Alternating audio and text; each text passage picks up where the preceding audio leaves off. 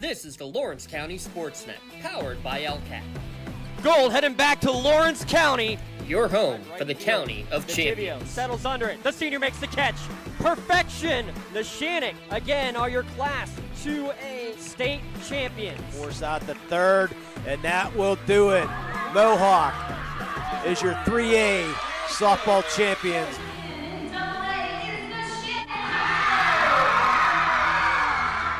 Buzzer's going to sound. Union repeats as the Class 1A WPIAL champions. The top local athletes and the top sports moments all featured here, live or archived at lcsportsnet.com. Sideline getting by one defender, and he's going to go all the way by Harrison. Harrison on the ground finds Blundo. Blundo rolls it in, up and good for two. Shallow right field, giving a run, a sliding catch made. Down to 6 on the play clock. Here's the snap in the hole. The kick is up. The kick is long enough. It is good. That's fly ball deep right field. Get out of here. Hope running for his life. Throws it up for grab. There's a man open. Touchdown. No way! Ripped away from him. Right back to Stanley from the seat of his pants, and he throws it off the window and in. Featuring over 100 broadcasts of county events in over a dozen sports. Your voice for Lawrence County sports. The gold ball headed home to Newcastle. This is the Lawrence County SportsNet.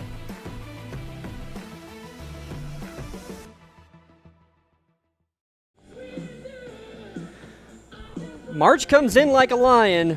Tonight we go out with a bang on the baseball diamond. March Madness is over. It's time for the spring sports season to get underway as we have our opening broadcast of the spring season. WPIAL Baseball Section 2 of Class 2A as the Neshannock Lancers host the Laurel Spartans. Neshannock 3-0 but have not played a section game yet. Laurel coming in with a 2-2 overall record, 1-1 in section play. I'm James Dotson with Lee Bone alongside, fresh off of a weekend in Chocolatetown. He's only gained 25 pounds. Only 5, actually. Oh, okay. Over the weekend. Wasn't too bad. Not too bad. You got plenty of basketball action, and we get him right immediately out on the diamond here on the turf on what's a wet and nasty day, really, across western Pennsylvania. But I'll tell you what, Lee. Yeah, you're right. It is normal for end of March, early April. And if you don't get the games in today and tomorrow, you're probably not going to get them in at all. So, for a while, yeah. So, got to get them played one way or the other. And you got two teams that are back in the same section against each other after a 2-year hiatus. We're going to have a lot of fun here with our opening of baseball season between the Spartans and the Lancers. Yeah, talked to Coach Q. He said he's really looking forward to facing Laurel again. You know, in this section, always going to be a tough section, and so it's always nice to get those section rivals, those cross-county rivals back, especially early on here on the turf. We take a look at today's game between Laurel and Neshannock. Mentioned the Spartans with a 2-2 record. They split their opening series against New Brighton. Every team will have a week off in the section play with the back-to-back. Now, I believe the 4th year that we've had these back-to-back I like them. games. Absolutely, it's the best idea we can come up with. I'm glad that they've done it. I wish more districts across the state would do so, but Laurel was able to get a win in their first game, but then came from behind late, unable to get the victory in the second game against New Brighton, so they split the pair to start the year. But when you look at this section overall, throughout Aliquippa, Aliquippa has been what Aliquippa is in baseball, unfortunately, for the last couple of decades. But beyond that, any given day, any team in this section is a team to be reckoned with. Well, Northgate off to a really rough start, too. They've only scored 1 run in their first 5 games. But looking at those other 5 teams in the section, the Neshannock, so you're going to take 4 teams out of the 7 into the WPIAL playoffs. So you got to take care of your home field here. Hopefully they'll be able to get the game in tomorrow at Laurel. Right now it looks like it's going to be clear. Going to be cold, but it's going to be clear tomorrow. Then the rest of the week, forget it. But you want to get these section games in as quick as you can. Neshannock on the other side, the Achilles heel the last 3 years for Neshannock, if anything, Lee, has been the bats. In fact, last year I think as a team they ended up hitting at the end of the year about 240, I think was the number. Oh, man, the bats come out big time to start the year this year. How about 8 against Elwood City, 12 in a walk-off extra innings win against Central Valley, and then 16 in a victory against Ambridge in a non-section game over the weekend. Both come from behind fashion, those last two both in extra innings. We're going to estimate that Coach Q, out of his 100 games, this is game number 100 as a head coach, by the way, for Coach Q, we're going to estimate 24 of them have been extra inning games. That's just the way it's been, especially post-COVID era for Neshannock. Well, that's why he has hardly any hair left. Oh. For sure, Coach Q, but he wouldn't have any other. Well, I actually would like to have it another way, but right. But he loves what he does. I had a great conversation with him walking up here. I said, "You ready for this year?" He says, "Absolutely, I can't wait." He just loves what he does. Coming back, and we're going to pause here for our national anthem, I think, first. Yeah, we'll hear. There we are.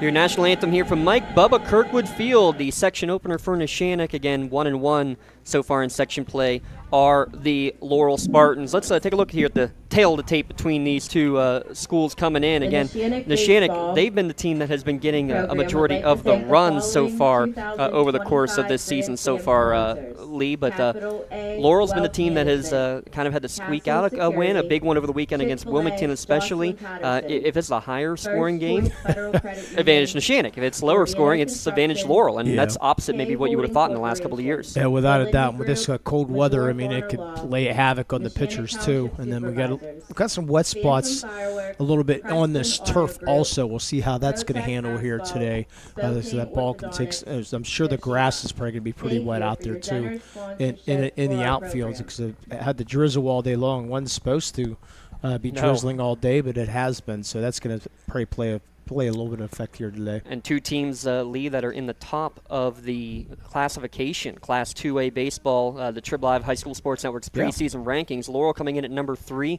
made it to the quarterfinals last year, as did Neshannock, but that was in Class 3A, moving down to Class 2A. The other thing we're going to talk about a lot today with Neshannock is they're without 2 of their top bats. Yes. Dom Cubelis, he's going to be out for expected to be about 6 weeks. Basically, you want to figure the regular season. He got hurt in an inter-squad game sliding into second base. Expect him to be back, the Gannon commit, hopefully for the playoff run if Neshannock can make it into the playoffs, that is. And then they also, one of their top hitters, a freshman, Nathan Rickle, who had the walk-off win against Central Valley. The freshman also got hurt in the game over the weekend against Ambridge, sliding into second base. Going through concussion protocol, was not able to get cleared today. There's a chance he will be cleared and maybe on the field tomorrow. But it's incredible. Both sliding into second base is making a headsy, working hard play. Unfortunately, they're both out of the contest. Yeah, I'm sorry to laugh. Coach Q said it. And back in the days, that'd be considered a mild headache. Now you have to go through the protocol. And then back to Cabela's too. He said Dom is the first D2 commit here at Neshannock High School since 2015.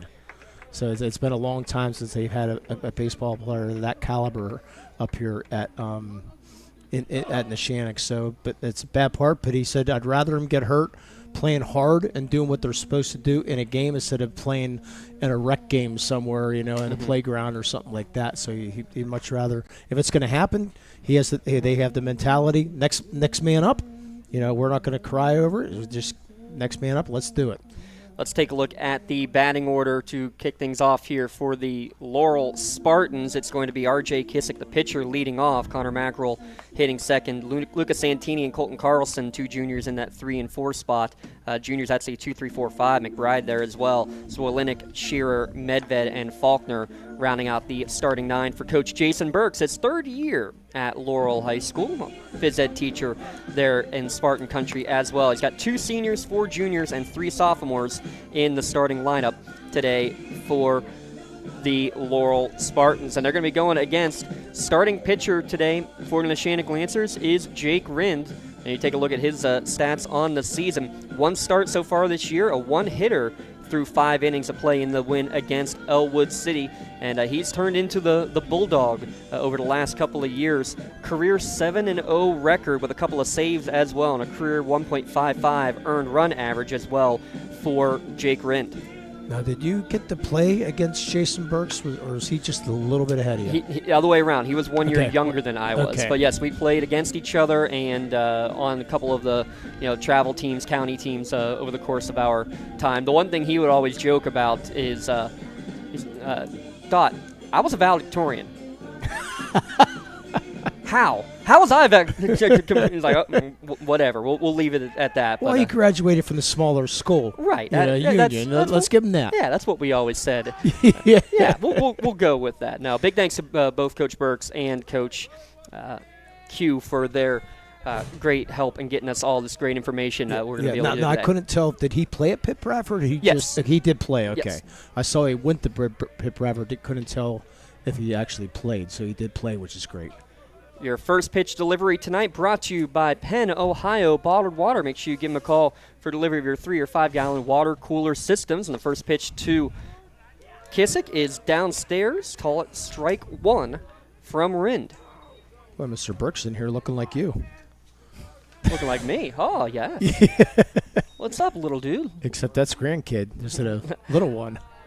Evens account at 1-1 there for. And yes, that is grandson to Bob, son to Jason, up here joining us in the booth, getting them in there here early. That breaking ball over the plate for strike 2. 1-2 the count here to the leadoff batter, R.J. Kissick, hitting .273 on the year as the leadoff man. This one hit the other way for a base hit. Leadoff single for R.J. Kissick. That's a way to help yourself right off the bat there, Lee. Yeah, did a nice job. The breaking ball on the outside part of the plate. Just stayed right with it. Going to get our first courtesy runner of the game. Your Axe courtesy runner today. Axe is here to get you there. Lawrence County's door-to-door transportation service. They're open to the public. Axe takes people to work, play, anywhere they want to go. Give them a call, 724-652-5588. And that's Vern Sipe is your courtesy runner.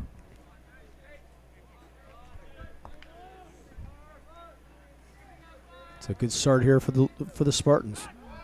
Throw over and not a good start because Sipe is immediately picked off over at first base on the 1-3 pickoff.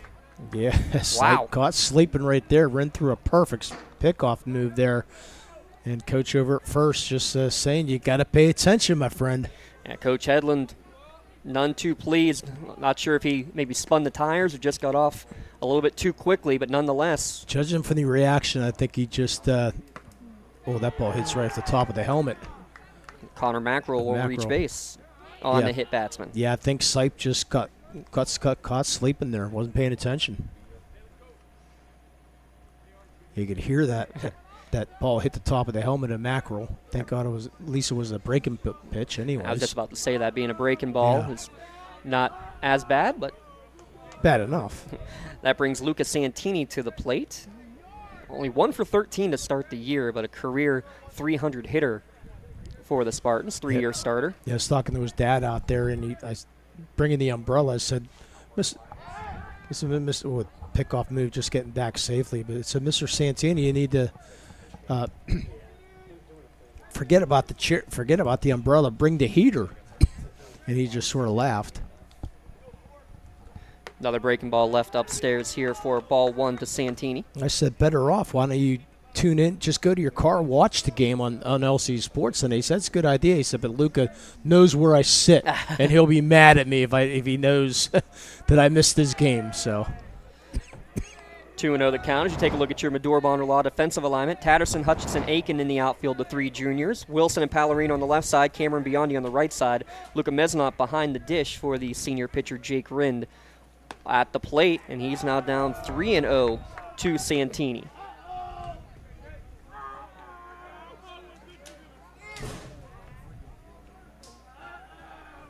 No throw over. Back in plenty of time is Connor Mackerel at first base. 1 down here in the top of the first. Yeah, wind blown pretty hard to right center.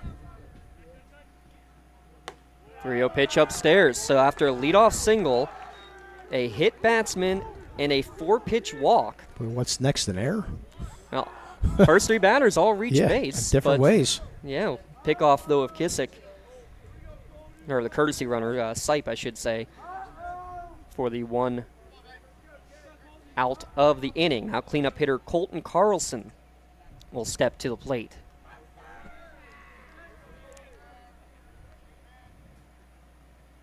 Breaking ball, going to be dubbed back towards the mound. Tough play. Rind's going to have to make it himself. Throw to first in time. Pseudo-sacrifice, though, as both runners will advance. Good play coming off the mound there from Rind.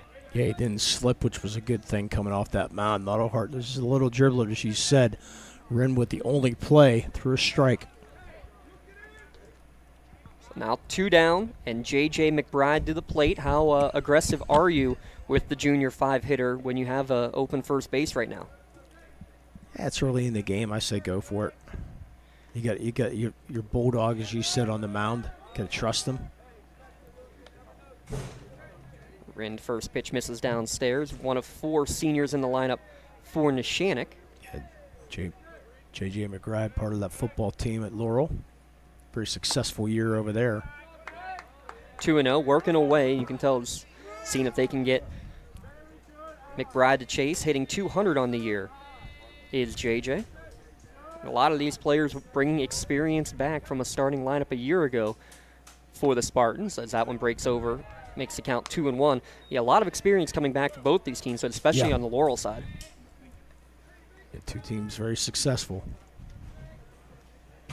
Now working from the windup is Rind with the 2-1 pitch. Good hold on the swing and a better block from Mezzanot behind the dish. Count now 3-1.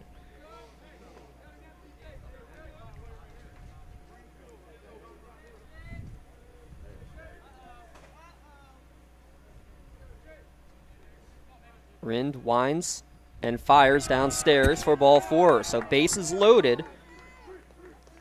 2 walks and a hit batsman in the inning, and we're going to have a quick UPMC trip to the mound. UPMC Orthopedic Care is Lawrence and Mercer County's local choice for sports medicine services. You can schedule an appointment at any of the 4 Lawrence County locations by calling 724-983-7000.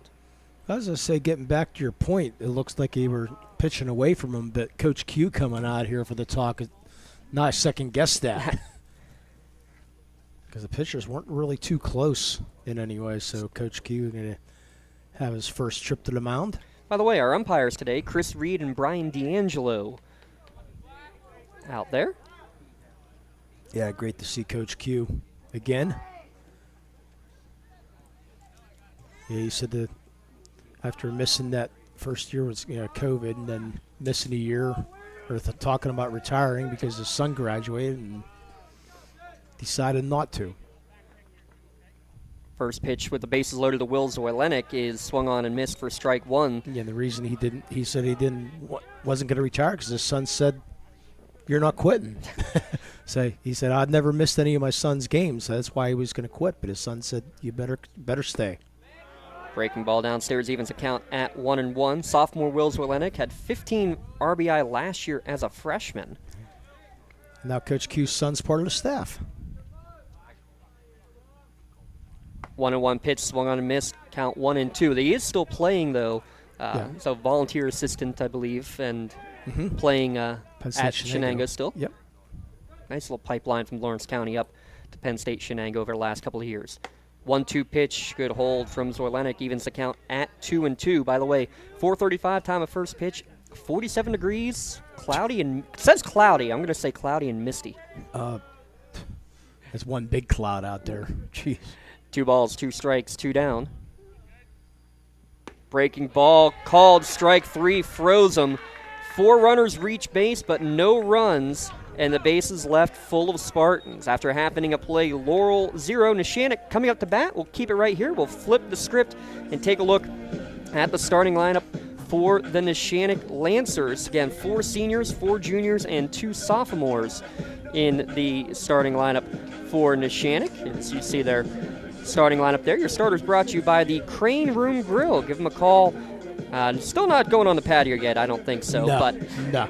Place your order for after the game, though. Call ahead and reserve your seat for after the game, except it's Monday. They're not open on Mondays. So save that for tomorrow on the way home from Laurel for Game 2 of the tilt. Joey Veronese hitting 8th, hitting for the first baseman, Jackson Biondi. The fun part looking at this lineup, though, 4 players hitting 500 or better. And we talked about it in the pregame as well.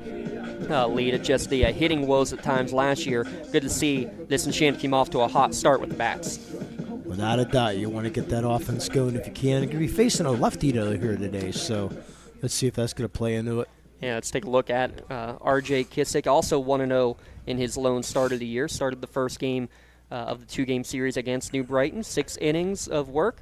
The one number that I'm sure he and Coach Burks will talk about, only 2 strikeouts, but 5 walks to go along with it. Pitch to contact thrower for sure, and has gotten progressively better each year in that strike percentage category, which is, I know, one that coaches around here really like to look at. Without a doubt. So you want to keep batters off the bases. So let's see if you can knock those walks down a little bit here today. Your Maduro Bonner Law defensive alignment real quick. Zorlenick in left, McBride in center, Faulkner in right, Connor Macro, Lucas Santini on the left side, Tyler Shearer and Alex Medved on the right side of the infield, Colton Carlson behind the dish for R.J. Kissick, who has a career 2.54 earned run average. So Hutchison, Pallarino, and Aiken, the 3 due up to start the game tonight for Neshannock. And Kissick's going to work from the stretch. Seen a lot more of that, Lee, as the first pitch misses upstairs for ball 1 to Hutchison. Of pitchers working solely from the stretch. Saw that with Bubba Fry here a couple of years ago. Personally not a fan, but whatever gets you to throw strikes is all that matters. So far he's missed up and away the first 2 pitches. And also, tough for any pitcher if you're not typically throwing on turf to be able to make the adjustments necessary compared to dirt, as that one's going to miss just inside. It's 3-0 to the leadoff hitter, Cole Hutchinson. Yeah, he's part of the 16 and under Northeast Prep Baseball World Series team. 4-pitch walk, so both teams able to get their leadoff batter on base. It's pretty impressive. I mean, we know Dom Cabela's played in the Pony League World Series back in the day. He and Jake, yep. Back in the day. Can't use that note anymore after this year. I'm sure we still could. How about that for a walk-up song from Matt Pallarino? It was a little one shining moment. Huh. He's ready for the Final Four. Maybe he picked all 1 seeds to make it to the Final Four. I wonder how many people did. We'll throw it off then. So that was a wrong song. I like the song. It was a good song. Finally, strike on the outside corner evens the count at 1-1 to Matt Pallarino, Garrett College commit.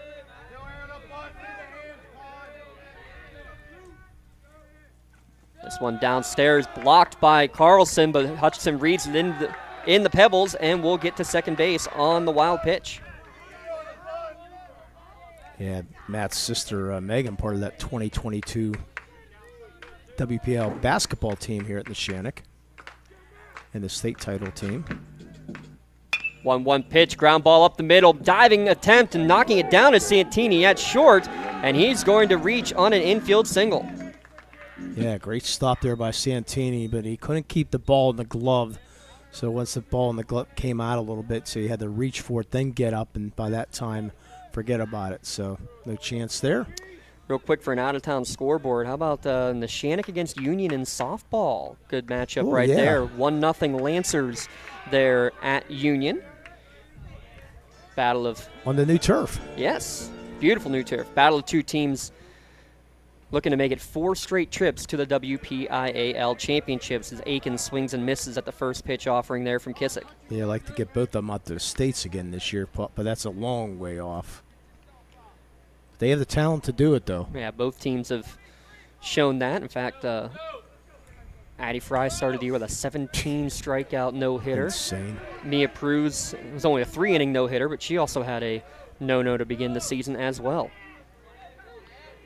0-1 to count here to the junior Anthony Aiken. Misses upstairs, evens the count at 1-1. Aiken, who had 5 RBI against Ambridge, a bases-clearing double, and then scored the tying run in the 7th. And then a double to tie the game in the 8th, and he would score the winning run in that extra innings victory. And by the way, those were his first 2 hits of the year. Whew. Pretty good football player to himself, too. All-conference football player. Excited to see him in the fall for his senior campaign. 3-year starter here on the diamond. Is Aiken. He gives this one a ride high towards left field. Zwolenick going back, but settling under it in left field. Makes the catch. All runners will hold. Second out of the inning. Or first out of the inning, excuse me. Just got underneath it. Lazy fly ball. Now Hunter Wilson will step to the plate. Wilson, who drove in the tying run in the 7th and drove in the winning run in the 8th inning. Those two had themselves a heck of a day on Saturday against Ambridge. He's got a team-high .636 batting average, does Wilson. His first pitch swung on, ground towards third base. Error, coach, foul ball. I was sort of disappointed. I saw he was going to Lakeland Community College. Like, oh, good, he's going to Florida to play ball. And then I found out that's 20 minutes away from Cleveland. Wrong lake. Yes. Not that it's a bad school, but you know. He drives this one a ride in towards the left center gap. That's going to fall in for a hit. Hutchinson rounds third, and he'll score without a throw. Neshannock strikes first at home. Hunter Wilson's 5th ribby of the season. And up that batting average, closer to .650 now. It took that easy. Nice line drive, no chance to throw him out at home, so get that first RBI of the day. That'll bring to the plate Luca Mezzanot, the sophomore catcher. Fresh off of the ice, and he gives this one a ride to deep left field. At the base of the fence in left center. This will score a couple. Mezzanot will hold at second base. Luca gives that one a ride for a 2-run double. Just missed. You said hit the base of the fence. Did that ball. Got all of it. We'll see another Axe courtesy runner going out there. Looks like that's Cuzzy Kevin Gerlach. 3-0 Neshannock in the top of the first inning, though. Courtesy of an RBI single for Hunter Wilson, and Luca Mezzanot wasn't a slap shot. That was a blast out into the gap. It's 325 down the lines, 375 in center, 350 down the left and right field alley. And he hit that one probably all of 370, I would say. Yes, I would think so. Right at the base of the fence. Jake Rind swings and fouls off the first pitch of his at-bat. Rind also hitting a great number, a .636 on the year. Hits that one hard, but right at shortstop Santini for the second out of the inning. So again, Lancers hitting the ball hard so far, Lee. Yeah, hit him right on the nose. 2 down, 7-hitter Ryan Cameron will come to the plate.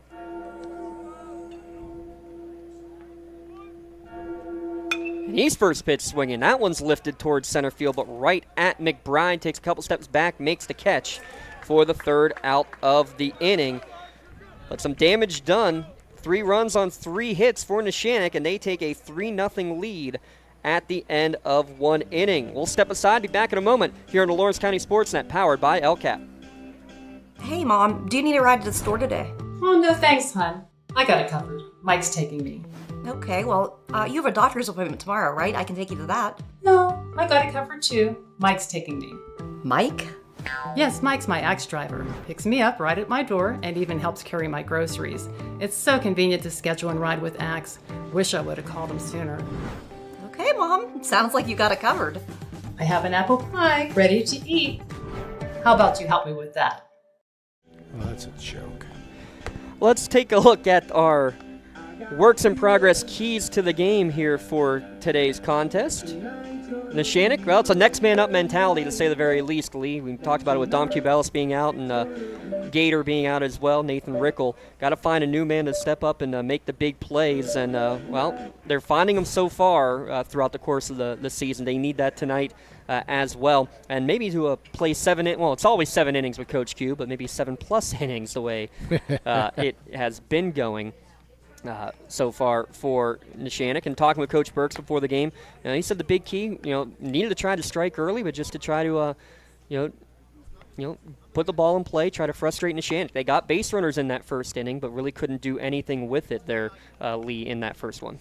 No, they need to take advantage of that. You don't want to be like the Pittsburgh Pirates and bat 8 for 40 and men in scoring position. You got to take advantage when you get those men on if possible. Also got to keep an eye, remind you, on the pitch count. 20 thrown in that first inning from Jake Rinn, just 18 thrown for R.J. Kissick. If you're averaging 15 an inning, you can make it for a complete game to stay under the 100 pitch count limit. 7, 8, 9 hitters are due up. Shearer, Medved, and Faulkner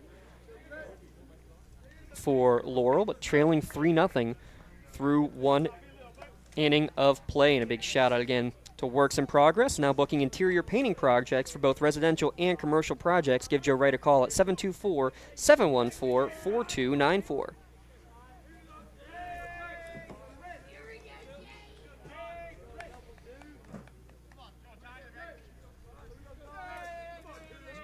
So Shearer actually leads the team with 5 RBI on the year, does the 7-hitter. Will step to the plate. First pitch catches the outside corner for strike 1. Laurel with a 10 spot in their win against New Brighton, but otherwise have not exactly lit up the scoreboard. 1 against Eden, 5 against New Brighton in the second game, and then Wilmington a 4-3 victory for the Spartans in that one over the weekend. Rinn misfires outside, evens the count at 1 ball, 2 strike the count.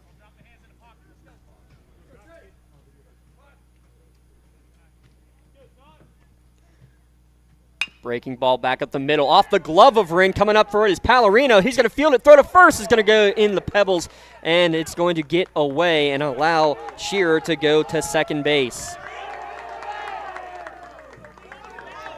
Rinn getting a piece of that ball caused some problems there. Once that ball goes that way, Pallarino then have to change his direction a little bit. Made a nice play, but unfortunately tried to do a little bit too much for that. Yeah, had more time than I think he realized with the deflection.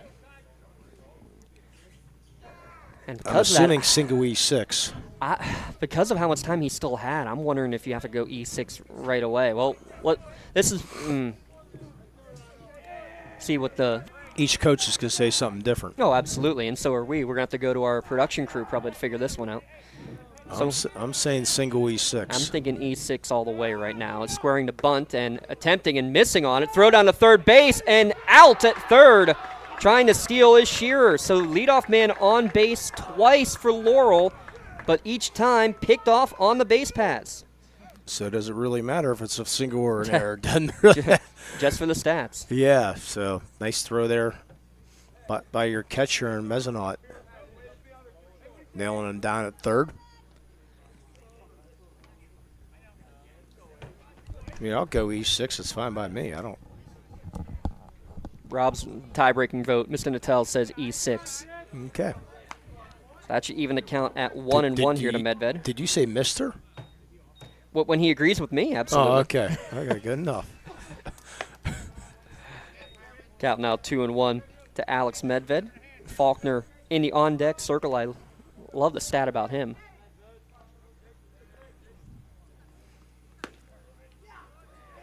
Swung on and missed. What's the stat you like about Medved? Oh, I guess they didn't call a. Check the count here.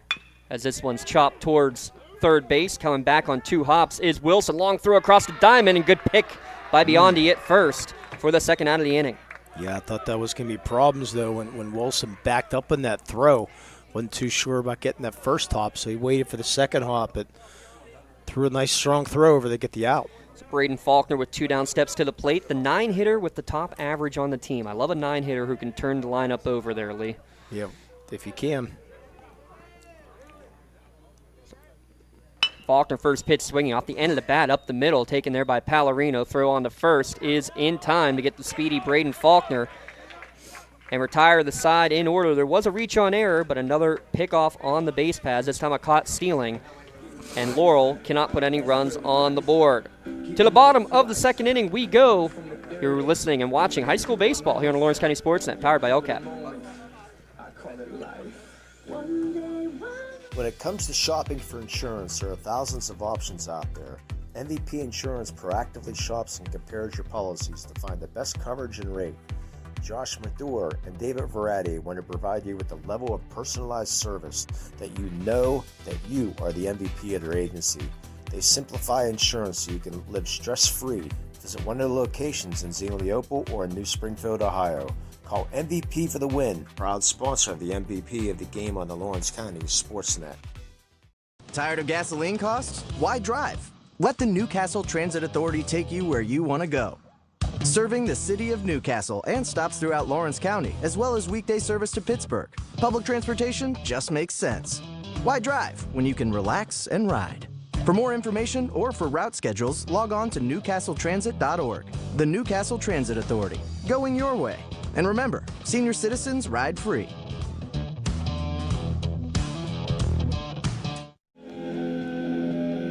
I might have to do girls lacrosse on Saturday. That's Lee Moan. I'm James Dodson alongside, giving us his schedule. I got to figure out when I can get him on the air. This is one of the few games that we're going to have Lee Moan available because he's doing everything. For North Allegheny. Yeah, little girls lacrosse. Does North Allegheny have a girls flag football program? Yes, they do. They do. They won their first 2 games. Nice. They have 2 teams. Oh, wow. Awesome. Yeah, so they won on Sunday. I do believe that. Yeah, what a popular sport that is. Yeah. That's just going to be sanctioned by the PIAA really soon. Just sort of like girls wrestling did. Yeah, I hope so. It's I believe coming. Newcastle had their first games today, if I'm not mistaken. I think they had to travel down south. Don't quote me where. 8-9-1 hitters, and this is a hard shot right past the third baseman. Joey Veronese is going to get a leadoff single. Connor Mackerel called it the hot corner for a reason. May have even gotten a fingertip on it there, but it was whizzing right by the ear. You don't think Laurel's going to say air and the Shinnick's going to say hit, right? Yeah, good try, though, by Mackerel. Just couldn't come up with it off the tip of his glove. Joey Veronese's first hit of the season. And that brings up Hayden Tatterson. Again, we like 9 hitters who get on base. How about 500 for your 9-hitter in the lineup? Throw over from R.J. Kissick. Yeah, they're talking about trying to maybe broadcast some of the flag football down in North Allegheny, but they have 2 games going on at once. Oh, so that sounds like a lot of fun. So it's really tough. It'd be kind of tough to pitch fouled off. I think we should give that a try. Yeah. You're up for anything. You don't care. That's the fun of it, Lee. Yeah. A lot of fun right now swinging the bat for Neshannock. 4 hits through the first 8 batters. Tatterson squares the bunt, and this one bunted foul for strike 2. Yeah, Tatterson, part of the D2 semifinal hockey team here at Neshannock. Yeah, he and Neshannock getting back from the hockey legs out onto the turf here at Neshannock. And he swings and misses at that one. Good tail action on that pitch from Kissick for his first strikeout of the evening. Now, judging to our producer, with being in hockey shape going into baseball, I mean, pretty good. I mean, if you have hockey legs, you can definitely be stretching doubles into triples and not feel a thing. Top of the order now, Cole Hutchison swings and misses at the first pitch to him. He walked and scored in his first at-bat. So how about hockey going into football then? I wonder. Yeah, there's the maybe not. Depends on who your coach is. Yeah. Throw over and a little stumble from Veronese. He's able to get back in time. Coach Kurt Latta at first base. Mentioned Coach Q, John Quilero, 20-year assistant under Coach Kirkwood. Coaching in his 100th game as a head coach here today. A 66-33 record. This breaking ball catches the inside corner for strike 2. Yeah, quite the success. Had big shoes to fill when Coach Kirkwood was here.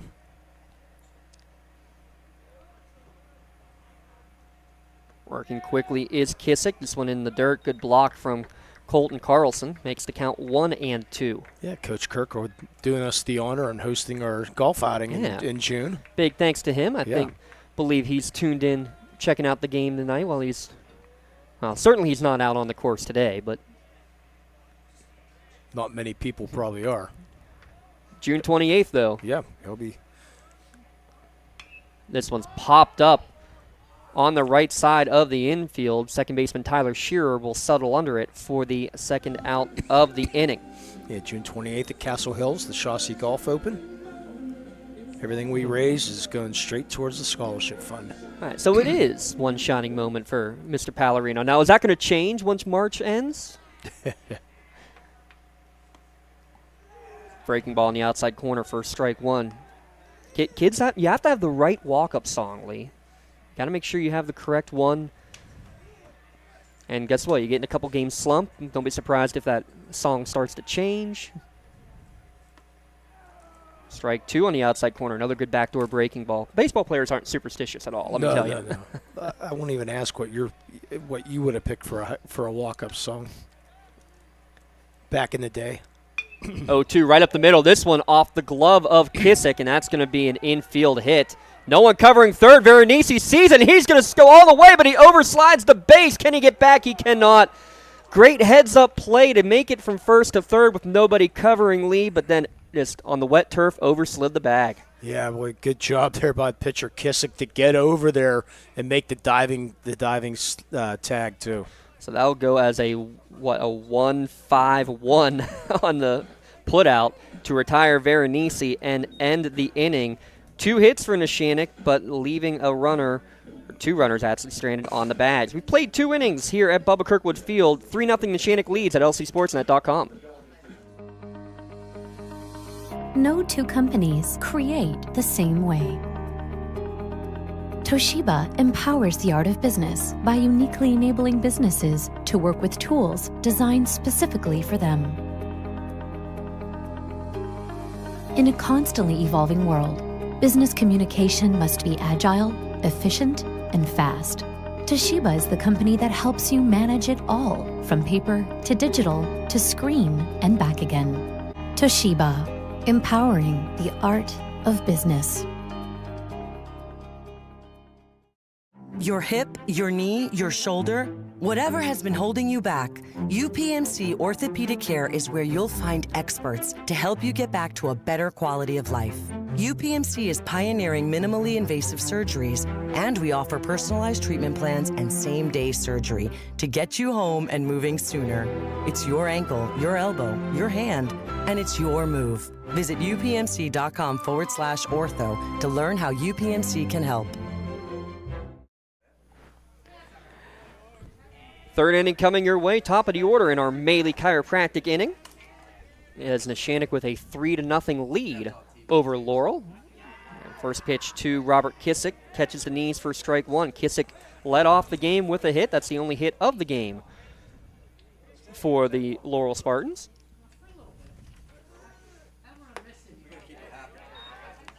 Count now even at 1-1. Kissick, who's single, but his courtesy runner picked off on the first pitch.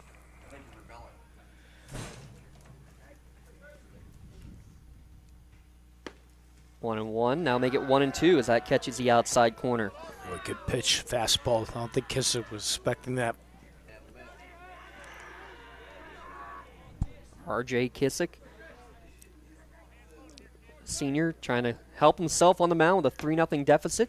Good eye there on the breaking ball outside for a 2-2 count. Throwing a lot of breaking balls is Rind. Yeah, it doesn't have any overpowering velocity. This one lined towards short and actually tailing back towards Pallarino. Hard hit. The shortstop able to make the snag for the first out.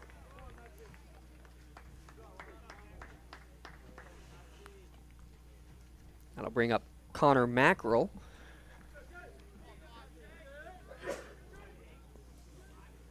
Is the nickname Holy?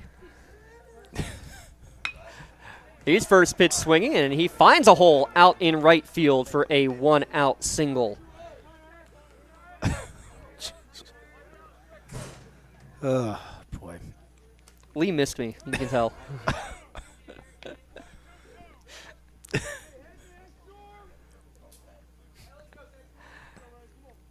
Lucas Santini now to the plate, 15 RBI a season ago.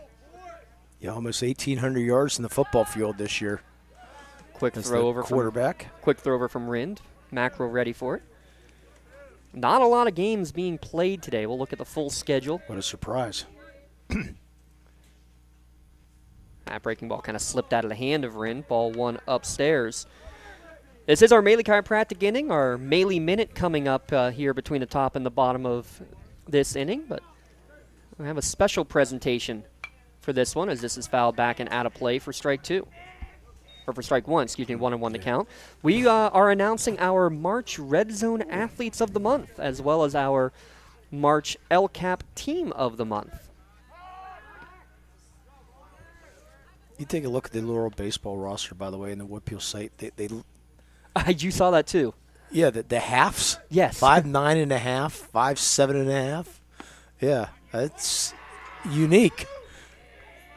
Strike the Santini, making a 1-2. Yeah.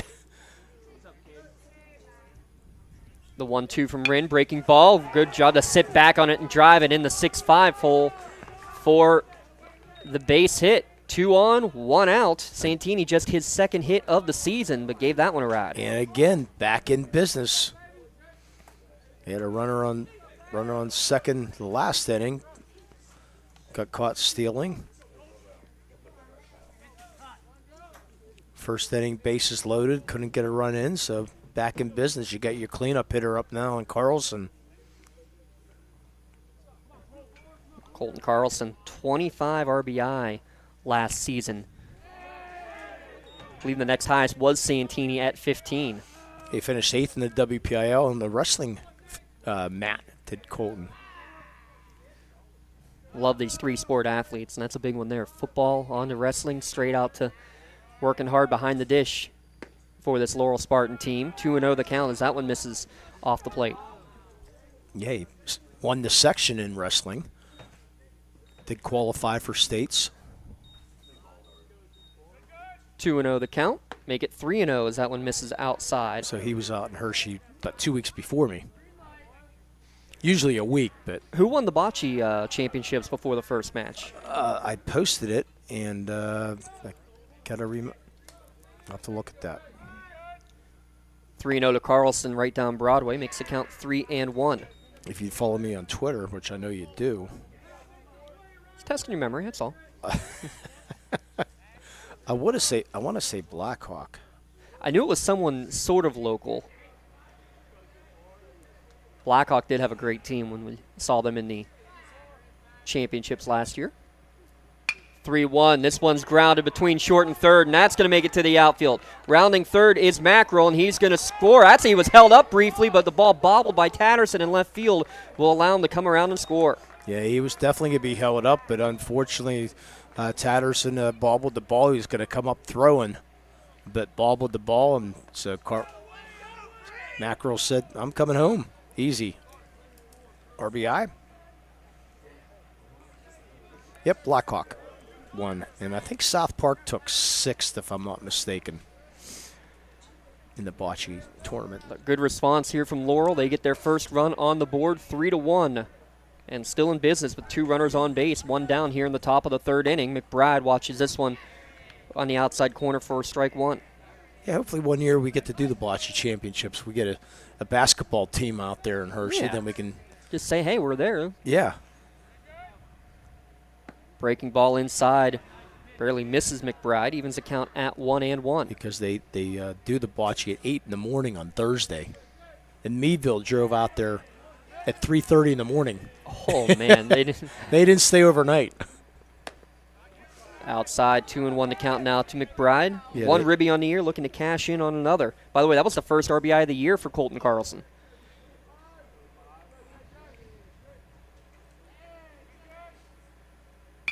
This one fouled down the right field line and out of play. Evens the count at 2-2. So hopefully they took a tour bus.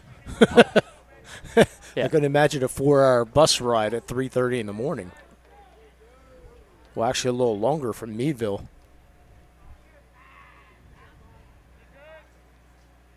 2-2 pitch, fisted down the right field line, but also foul and out of play. And that's tough for for even the most fit of athletes. You're talking about this is the Special Olympics to be able to go and get the kids on the bus at 3 a.m. to get out there for matches at 8 a.m. Congrats to them. Yeah. Count remains 2-2 here to McBride. And he wastes this one back to the screen. Good fight there. Just getting a piece of it. Laurel left the bases loaded in the first, couldn't get any runs in. One in so far here in the top of the third. Count remains 2-2 to McBride. Swings and misses at a ball in the dirt. That's the second strikeout, of the game for Rind. McBride automatically out. He started running down the first base line and then realized, nope, can't run. Almost had Carlson run off. Actually, that's not Carlson. That's his courtesy runner, your Axe courtesy runner, Jack Brest, who almost ran off at first base. Listed at 5.5. That half is very important, Lee. Yeah, I know. Wills Willenick now with 2 down steps to the plate. Just make him 5.6, Oh, they want to be accurate. Yeah. But every half inch counts. 2 runners in scoring position. Again, our Maley Minute coming up here in between the top and bottom of the innings.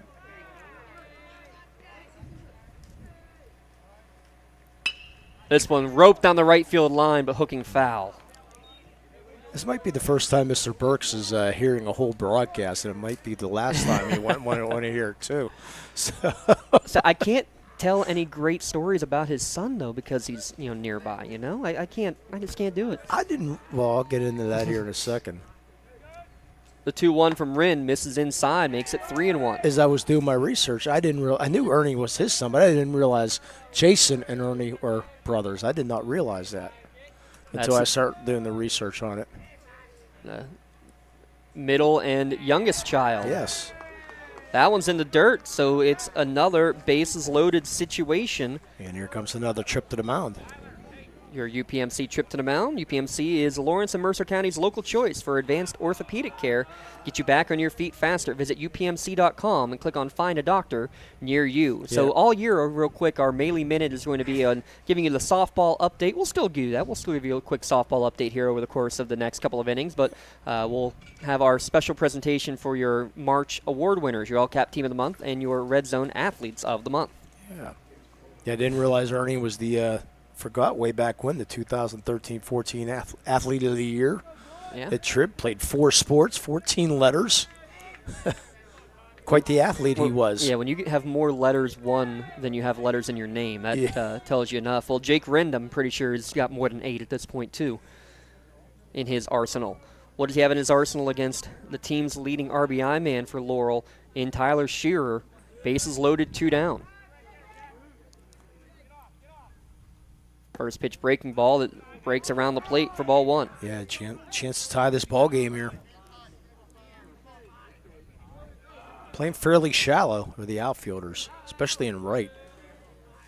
Aiken playing real shallow in right field.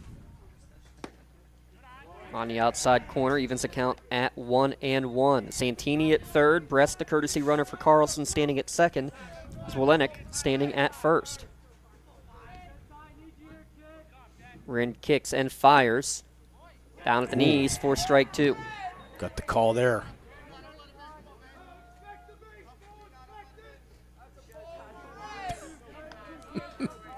One ball, 2 strikes. Breaking ball popped up towards shallow center field. Hutchinson coming in, settles under it to make the catch, and for the second time in the ball game, Laurel leaves the bases loaded, but they do get a run on 3 hits. But again, the bases left full. We head to our Melee Minute here on the Lawrence County SportsNet, powered by LCAP, and it's time to make some announcements here for our, put me on the clock there, Mr. Flannery, thank you so much. Congratulations to our LCAP Team of the Month. Newcastle Bowling is our LCAP Team of the Month. The boys win their first ever section championship. The team qualified for regionals for the first time ever as well, and had all 5 starters qualify individually for the regional competition as well. Congratulations, Newcastle Bowling, as your LCAP Team of the Month. As for your Red Zone Athletes of the Month, we're going to start with Shenango's Zoe Bupp, who finished 6th in the Indoor Track and Field National Championships in the shot put. All-American status, Zoe Bupp, congratulations as your Red Zone Female Athlete of the Month. Your other Athlete of the Month? Well, let's make it plural. Athletes of the Month. We're going to go back to the bowling alley here, Lee. Cassie Tucker of Shenango and Jeff Nattell of Newcastle, both qualifying for the State Bowling Championships, the top 24 bowlers in the state. Cassie Tucker of Shenango, Jeff Nattell of Newcastle, also your Red Zone Athletes of the Month. Congratulations to them as well. Got some stats on the Newcastle Bowling. You'll enjoy this, Lee. Ready for this? Good. Before this year, this year alone, 11 games of 250 or better by the Newcastle Bowlers. Ooh. At least one for all 5 starting bowlers. That's pretty impressive. Before this year, they only had 12 in program history go over 600 in a series. 12 all time. They had 28 this year alone by 6 different bowlers. Before this year, there was only 112 times that a bowler scored over 200 in a game. 112 all time, 114 this year alone by 6 different bowlers. Break out the PBA Tour, baby. And guess what? 4 of the 5 starters are back next year as well. Oh, my gosh. Congratulations to Coach Pitts or Coach Clare and that Newcastle team. Talking some scholarships maybe next year, huh? Talking about how what's going on with our side out in right center field. It was bouncing there for a minute. Excited about our award winners. Newcastle Bowling with Jeff Nattell, Cassie Tucker, and Zoe Bupp. Yeah, that's impressive. Neshannock, can they respond here against Laurel? Giving up the run, still leading 3-1. 3-4-5 hitters due up, and a 1-2 count now to Anthony Aiken. Yeah, bouncing up and down, just might be trying to keep it warm. Plenty of warm up here in the press box. Thank you, everyone here at Neshannock, as this 1-2 is lifted to shallow right field, and it's going to fall in front of Faulkner for a leadoff single. Yeah, just a little flare out there. No chance for Faulkner to get there. Now Hunter Wilson, 3 hits in his last 3 at-bats, and here's a kid. You got to love the kind of story. So he's was starting as a catcher during his sophomore year and beginning of his junior year. Freshman Luka Mesnok comes up and basically takes the job away. You know, you could give up, give in. He stays in there, and he's swinging a hot bat. DH, third base, whatever he's asked to do. He makes it done and gets another hit here. 2 for 2 today. 4 for 4 in his last 4 at-bats. And good play there by Aiken. Reading that ball properly instead of waiting to see if it was going to drop or not. Going halfway, 3/4. Saw it was going to drop. 7 hits now in the game for Neshannock. So first and second, nobody out. Just mentioned Mezzanot. Let's see what he's doing, the 5-hitter. He put one off the base of the fence in center field in his first at-bat. Watches this first pitch upstairs for ball 1. Yeah, Mezzanot only a sophomore. Bright future. And he gives this one a ride towards left field. Turning and running is Walenik. He's going to watch this one roll to the fence. 1 run in. Wilson will be held at third. Second double of the game for Luka Mezzanot. And his 3rd RBI.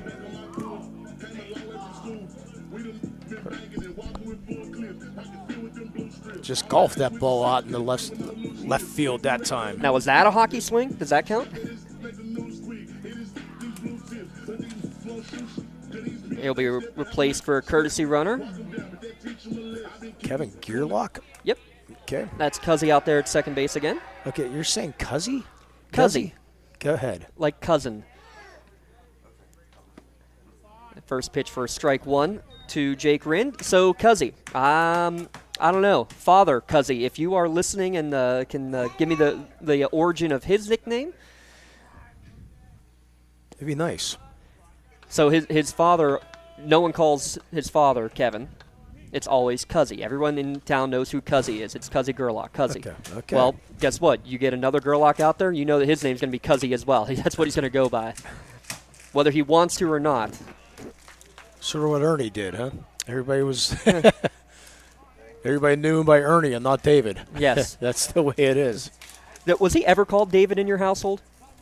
His grandfather, my father, and the babysitter.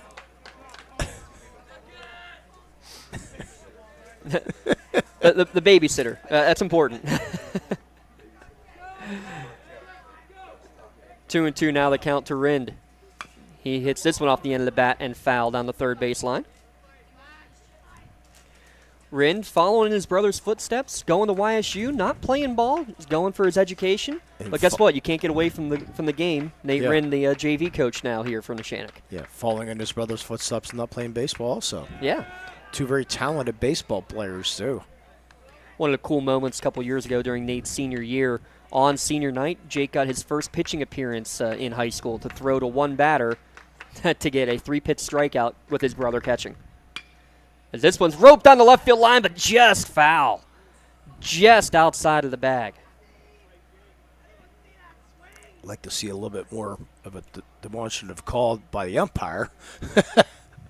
Now, tough for us to hear up here, and I got a pole right in my line of sight. I mean, he didn't even put the arms up. It just put a little point, and that was it. There's some action in the Neshannock bullpen. Haven't seen much action yet on the Laurel side. As that one misses upstairs. I had that as ball 3. Apparently that was ball 4. My apologies. Blame it on Mr. Burks.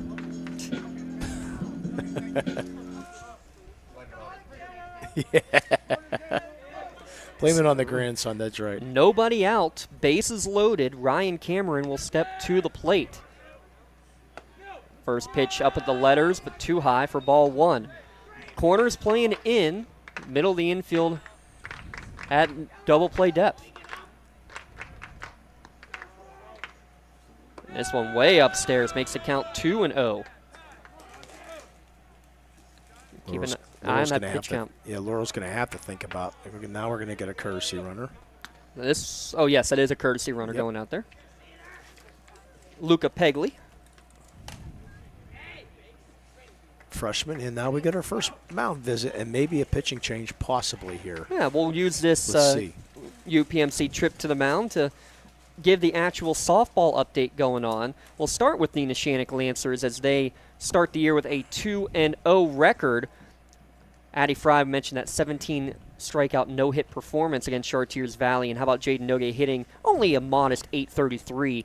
They're playing Union right now, tied at 2 in the 6th inning. We'll keep an eye on that one for sure. Union real quick, Mia Pruz hit her 25th career home run. That's a program record, 25 home runs. They're 3-0. And real quick, Laurel, 3-1 to start the year. Their only loss to Beaver. How about their freshman Haley Fell hitting just shy of 500 on the year with 7 of her 9 hits being doubles.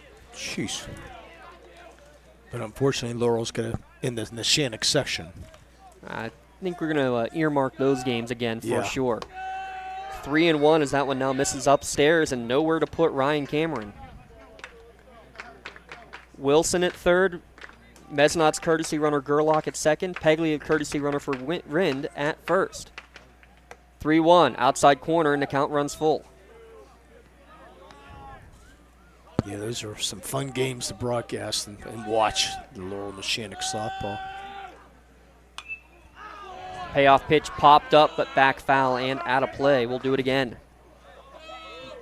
Yeah, infield playing back here. Or at least the corners are, or the short and second are playing back. Looking for that double play. Nobody out.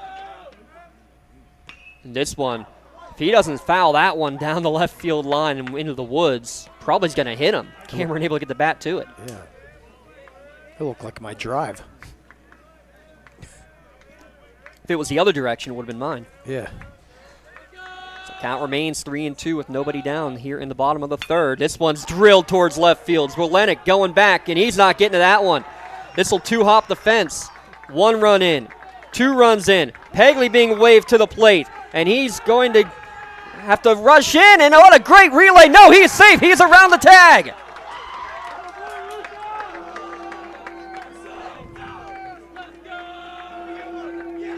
Cameron, a 3 RBI double. He advances to third on the throw. Pegley able to get around the tag, and I think you're going to just question. Yeah, perfect relay by Zwolenick. Perfect relay. It was Zwolenick to Santini. Yeah, the Santini throwing a strike there. Looked like he had the out, but a better slide to get in. Apologize, no LCAP instant replay here today. Let's see if I can look at an unofficial replay as well. Neshannock has broken this one open. Still nobody out here. This one's drilled towards the left center gap, and that's going to fall in and allow Cameron to easily come in to score. Joey Veronese, first 2 hits of the year, a single and now an RBI double.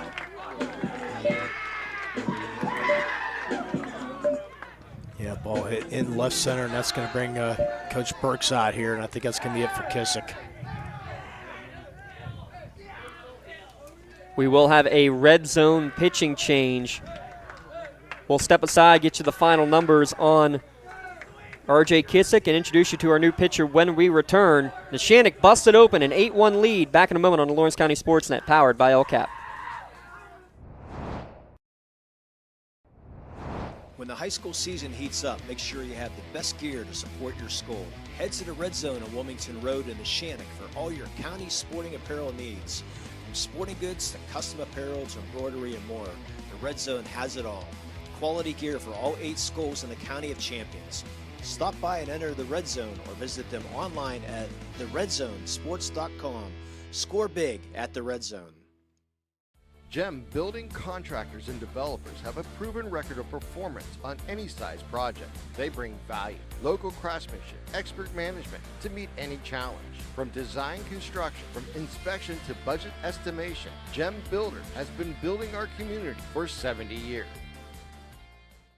Works in Progress Painting wishes a successful and satisfying season to all the Lawrence County sports teams and athletes. Work hard and bring honor to your team, school, and family in how you play. Joe Wright and his family have been providing painting, window cleaning, and other property services for business and homeowners in the Lawrence County area for over 10 years. Their goal on every project is to provide a meaningful service that honors their customer, God, and their family, and to have fun while doing it. Works in Progress is now booking interior painting projects for both residential and commercial projects. Call Joe today at 724-714-4294 to discuss your next project. Since 1911, the City Rescue Mission has been serving our community by providing food for the hungry, shelter for the homeless, and hope for the lost. We continue to love all that come through our doors, extending mercy and providing grace just as God has done for each of us, serving with a compassionate heart and sharing the good news of the gospel and the hope we all have in Jesus Christ, just like we've done since 1911. We can't do this alone, and we continue to need your help.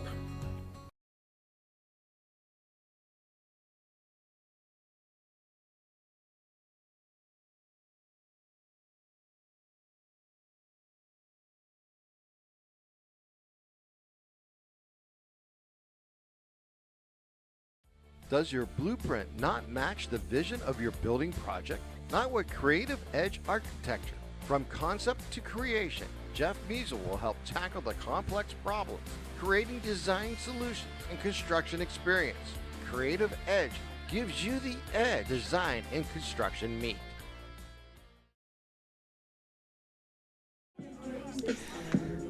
So the changes coming in for Laurel. New pitcher is the freshman Jackson McVicker. He will go into the 8th spot in the lineup in place of Alex Medved.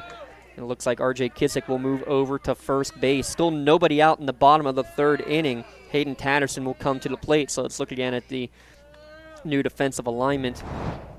Again, Kissick at first. McVicker over now, or I should say on the hill to face 9 batter Hayden Tatterson. So another lefty here shown from Coach Burks, and 2 pitches cricket bowled in there from the new lefty. Yeah, this one a freshman, though. Getting some experience here early on. Second appearance of the year through 2 innings with 2 strikeouts in his first outing. And this one catches the bottom of the zone. Evens the count, or makes the count, 2-1. 2+ innings for R.J. Kissick. 8 runs on 10 hits, all earned. 2 walkouts, or 2 walks and 1 strikeout. Joey Veronese remains as the runner at second base. Now a 3-1 count to Hayden Tatterson.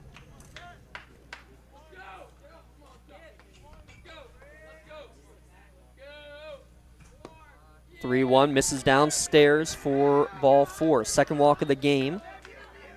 Third walk of the game for Lancer batters, and now top of the order coming up in Cole Hutchison.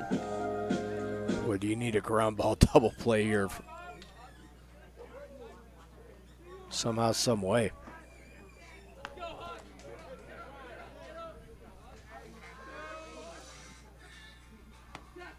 Strike on the outside corner to Hutchinson. Hitting under 200 to start the year, but second year as the leadoff man. The strike.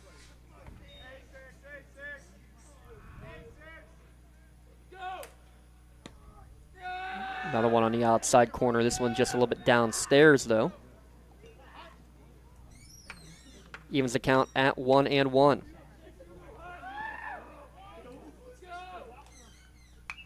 Off the end of the bat, foul right back towards our camera. We all right? Missed it. New camera. Rob Nattell working it well. Big thanks to Rob and Matt, our production crew. You'll hear a lot of their names here through the spring months. This one's fisted foul, makes the count remain at 1-2.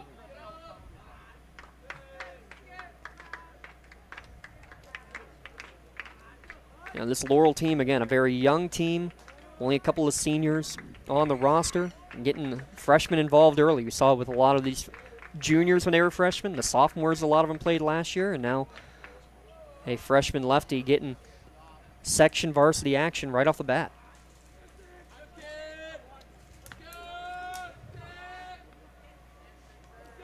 The 1-2 from McVicker. Good off-speed pitch for strike 3. Big out there. First out of the inning. Our freshman coming in, getting it done. So we got 2 more big outs to get here for your Laurel. Ninth batter of the inning is Matthew Pallarino, 2 for 2. Scored a run in the first inning. More hits today than he had the entire season coming in. And he watches this first pitch upstairs for ball 1. We talked about how hot the bats have been for Neshannock, but when you look at the top of the order, you would think, how is that possible? Cole Hutchinson was batting 167, Matt Pallarino 100. Anthony Aiken didn't have a hit until the 7th inning of the 3rd game of the year. But the meat of the order and the bottom of the order getting it done in the opening games of the season, and doing so here today as well. Boy, if these 3 get going with the rest of the team, look out.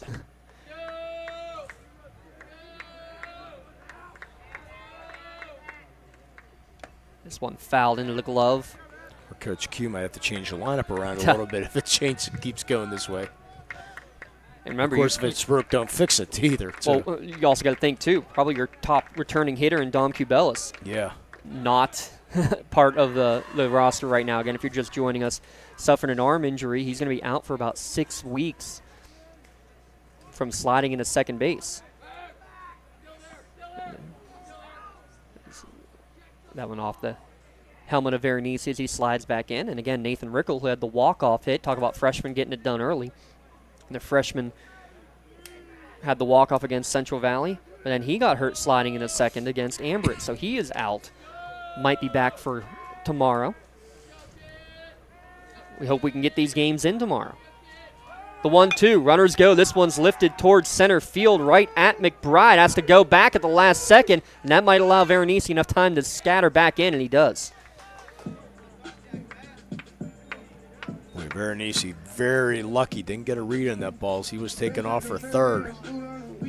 He was standing on third base as outfielder J.J. McBride was, fortunately, he was running to his right a little bit, so he had to stop, set, and throw. He was off with the pitch Yeah. as he had gotten a great jump on the pitcher to be able to try to steal third.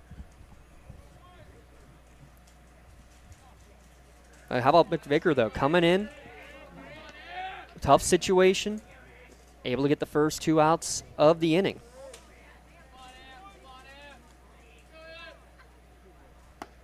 Now facing the 3-hitter Anthony Aiken in there for strike 1 to the junior. Shenango and Freedom coming in with 2-0 section records. Laurel and New Brighton split their opening series of the year. This one's off the end of the bat for strike 2. Supposed to be those two, Freedom and New Brighton, doing battle. Shenango has their off week this week, and Aliquippa traveling to Northgate today. Unsure if any of those games are still happening. Yeah, if there's no turf, I doubt it. The 0-2 to Aiken. Swung on and missed. A 3-pitch strikeout. So a couple of Ks for McVicker to get out of the jam, but damage done in the inning. 5 runs on 5 hits, and 1 runner left on base. An 8-1 Neshannock lead through 3 innings of play from Bubba Kirkwood Field here on the Lawrence County SportsNet, powered by LCAP.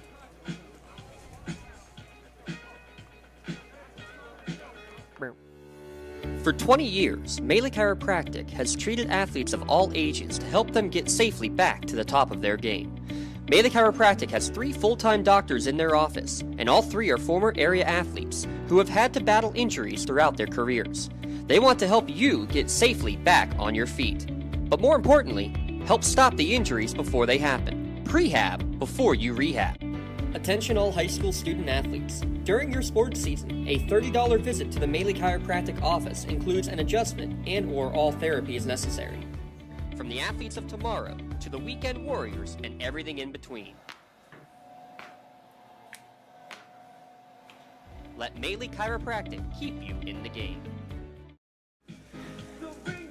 Coming up after the game, we will have our Melee Chiropractic Play of the Game award, as well as our MVP Insurance MVP of the game. Let's continue real quick with your Melee Minute update. Shenango, the other team in Laurel and Neshannock section, they start 1-3 with that 1 win. A Kennedy Lynn no-hitter in 7 innings against Southside with 11 strikeouts. In Class 3A, Mohawk and Elwood City, 2 of the top teams expected again in that section. The defending WPIAL champion Mohawk Warriors have 4 players hitting over 500 right now. They're at South Range tomorrow. Elwood City is at Montour tomorrow. How about Alexis Beck hitting 625?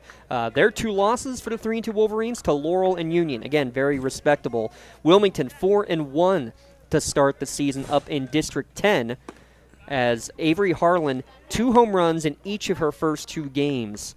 For the Bradley commit. She leads the county with 5 total home runs. They play Farrell tomorrow, as that one's fouled back to even the count at 1-1. And finally, Newcastle, keep an eye on the Canes here, Lee, because they've played some good games already. A 2-3 record. They host Penn Hills today. That game switched to a home game. And then they will host North Hills in a huge one on Wednesday. We'll be there at George Washington Intermediate School for that one. Kara Manjiri with 4 home runs already and leads the county with 12 RBI. Well, there is turf there, so you got a chance. Called strike 3 on the outside corner. And McVicker, after coming in to pitch, ends up watching that 3rd strike for the 3rd strikeout of the game for Rind. Yeah, as long as it's not raining between 4 and 6 or 4, you'll get that game in more than likely.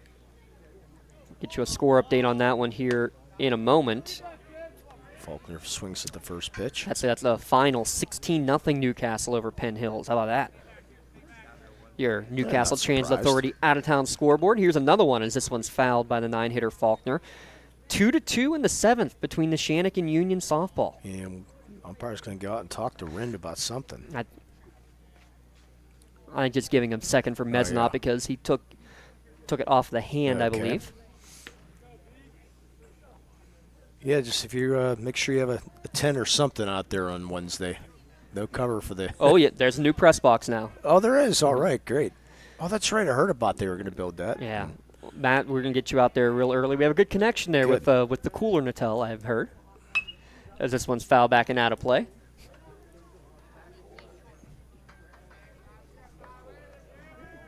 Oh, the less cool Natel. Sorry, the cooler Natel is here tonight. That's obvious. I'm not touching that one. Yeah. 0-2 pitch, foul tipped into the glove, so back-to-back strikeouts to begin the fourth inning for Rind. 4 in the game. Some action in the Neshannock bullpen. Saw Jackson Latta, the lefty, out there earlier. Just saw lefty Denny Joseph also warming up in the bullpen for Neshannock. Rind up at about 70 pitches now. We'll get you the official tally here in a moment after the first pitch downstairs misses to R.J. Kissick. Started at pitcher, now at first base. Yeah, Rind struggled a little bit, but got out of trouble in all 3 innings. Gave up just a lone run in the third after giving up 3 straight hits in that third inning. This one called strike on the outside corner. 1 ball, 2 strike, the count to Kissick. Breaking ball catches the outside corner for strike 3, and Rind strikes out the side in order in the top of the 4th inning. Back in a moment. 8-1 Neshannock leads at lcsportsnet.com. When it comes to protecting those you love, the businesses you've built, or the things you've earned, you need someone you can trust. Who better to protect your interests than a local insurance agent? Pontius Insurance is a team of local agents helping local residents in Lawrence County and surrounding areas, specializing in auto, home, business, and life insurance. Come see Dan Pontius, Jessica Dix, and Tracy Giddings, and the rest of the team at Pontius Insurance, and receive the personalized service you deserve. Don't get left out to dry. Call the Penn Ohio Bottled Water Company for the fastest and most efficient bottled water delivery service in the area. Penn Ohio offers bottled water ranging from 16.9-ounce bottles to 5-gallon jugs, perfect for your next event or office water cooler system. Also, don't forget to ask about their custom labeling options. Visit PennOhioBottledWater.com for more information and to get a quote on their delivery services. Whether it's at home, in the office, or on the sidelines, Penn Ohio has you covered.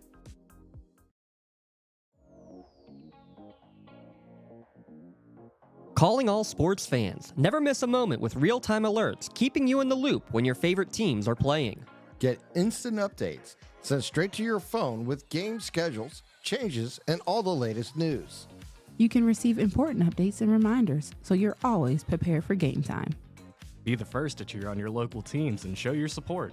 Receive important updates and reminders, so you're always prepared for the game.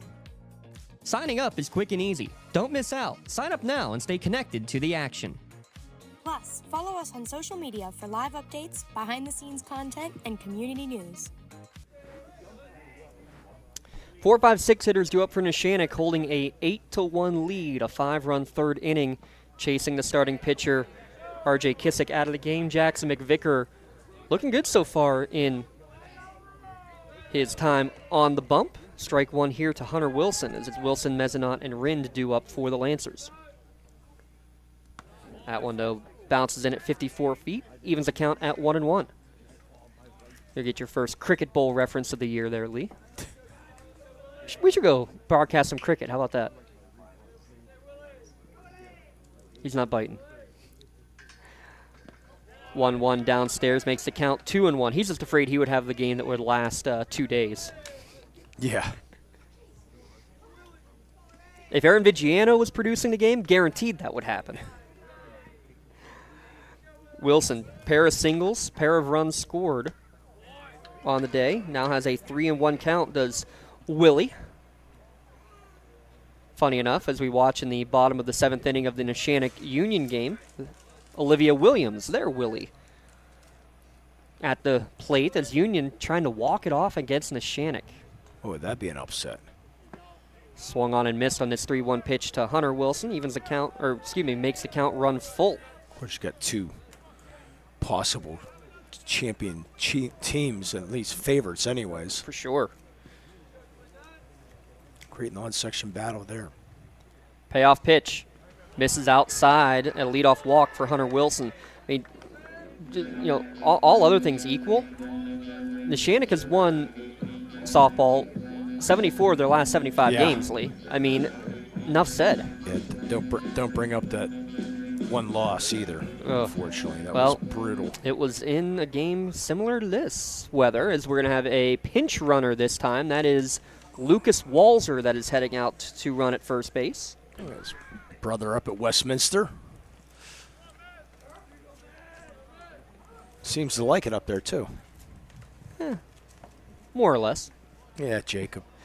Unfortunately, not pitching yet this year. He is cleared to throw, I was told. That's good. Did he get hurt, I take it? Yeah, he's been battling the arm injury. Oh, boy. As long as it's not Tommy John. First pitch down at the knees for strike one to Luca Mezzanot. Talk about a kid having a day. 2 doubles, 3 RBI. Yeah, I think he's a pretty good consideration right now for our MVP, insurance MVP of the game. The 0-1 from McVicker. Misses way upstairs. Good job from Carlson getting out of his crouch to snag that one. Neshannock, 6-time WPIAL champion, but this is the longest drought now that they have had between district championships, if you can believe that.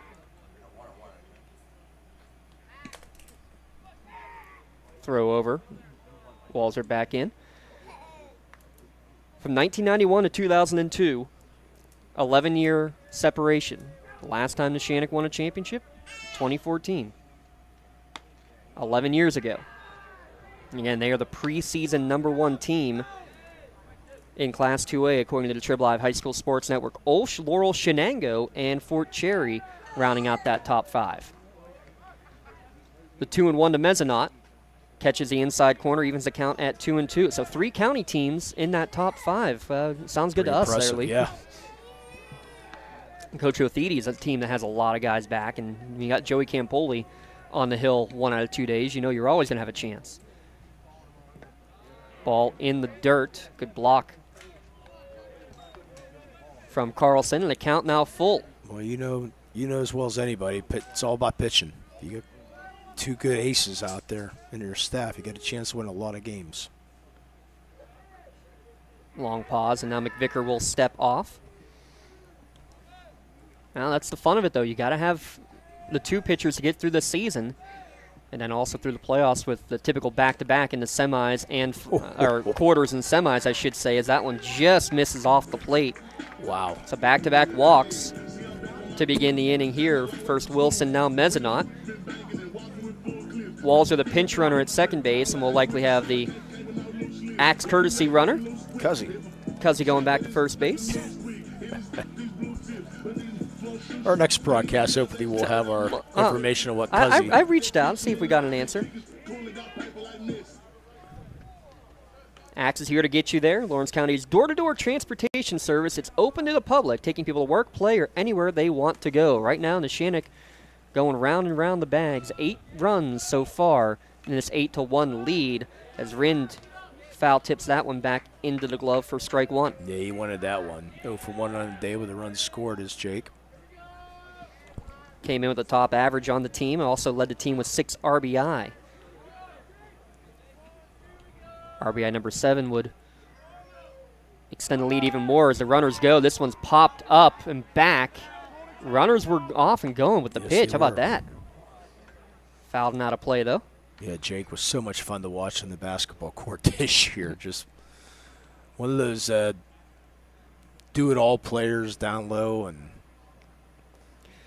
hit a couple of big threes in the first game against Union. That's the one I remember. He was a lot of fun to watch. This one fouled back to the screen. Funny, when he had that career-high game against Union, I think it was 21 points, I asked him in the post-game interview, what was the pregame meal? And he said bagel bites. So I told Coach Hugh, you better remember that. He said he'll be eating bagel bites every Monday at 2:57 p.m. The 0-2. Foul's back and out of play again. So a couple foul offs from Rinn. He's done that now 4 times in this game. Bagel bites. Funny enough, though, I saw him on the way in today, and I asked him what the pregame meal was, and he said, he had to think about it. He said, it was sheets. So no bagel bites, but still a no bagel on the scoreboard. Well, he has had for 3 of the 4 innings on the hill, an 8-1 lead now. And he drives this one the other way towards right field. Faulkner going back on it, able to settle under it, but that's going to be deep enough to allow Walser to tag from second to third. Gerlach will retreat back to first out of the inning as Rinn flies out to right.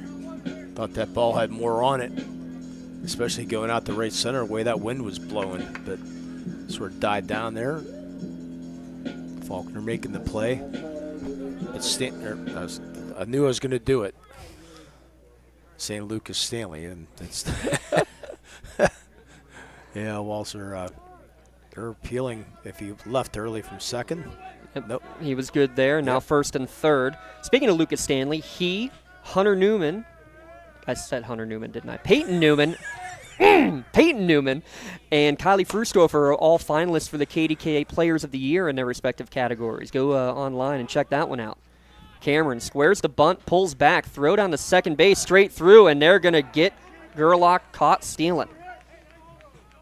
Boy, rarely you see a throw go down the whole way in that situation, and good strong throw. Yeah, good strong throw for sure. And by Carlson. Walser had to hang at third because that throw was so low, looked like it could have been cut off.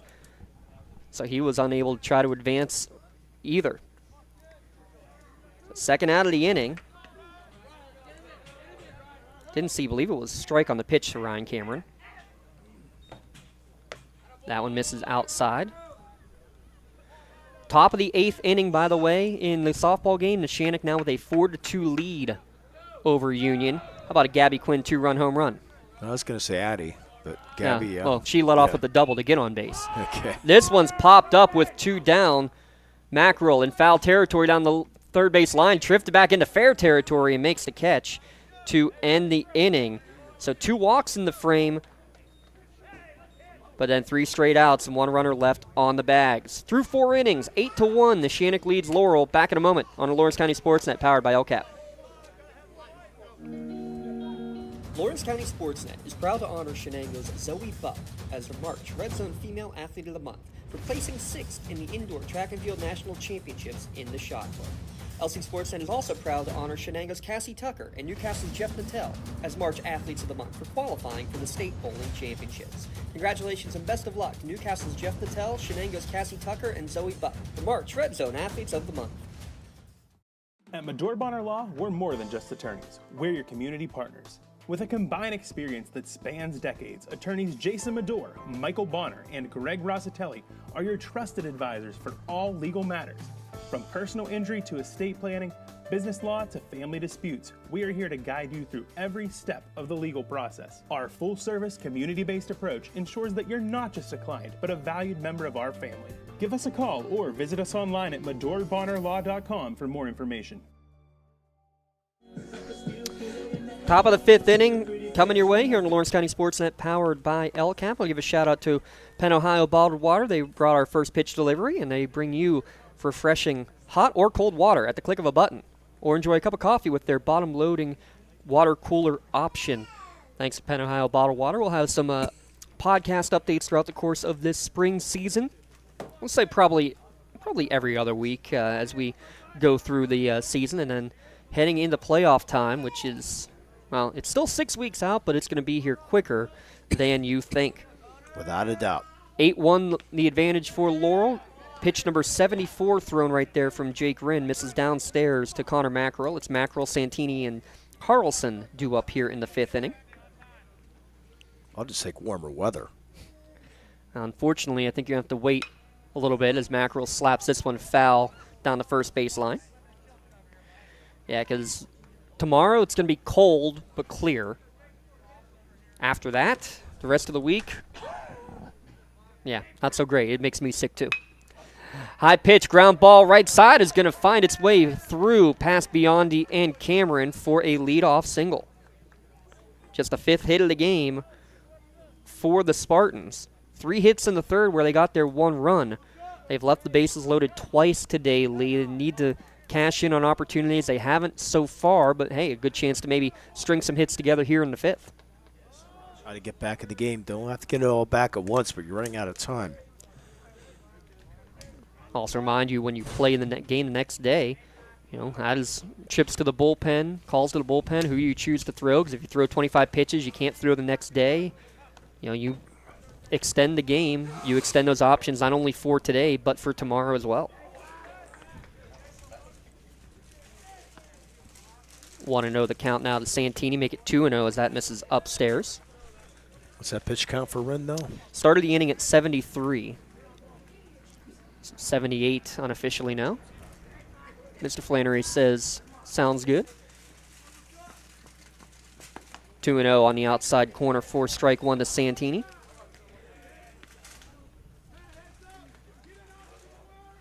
One of the top.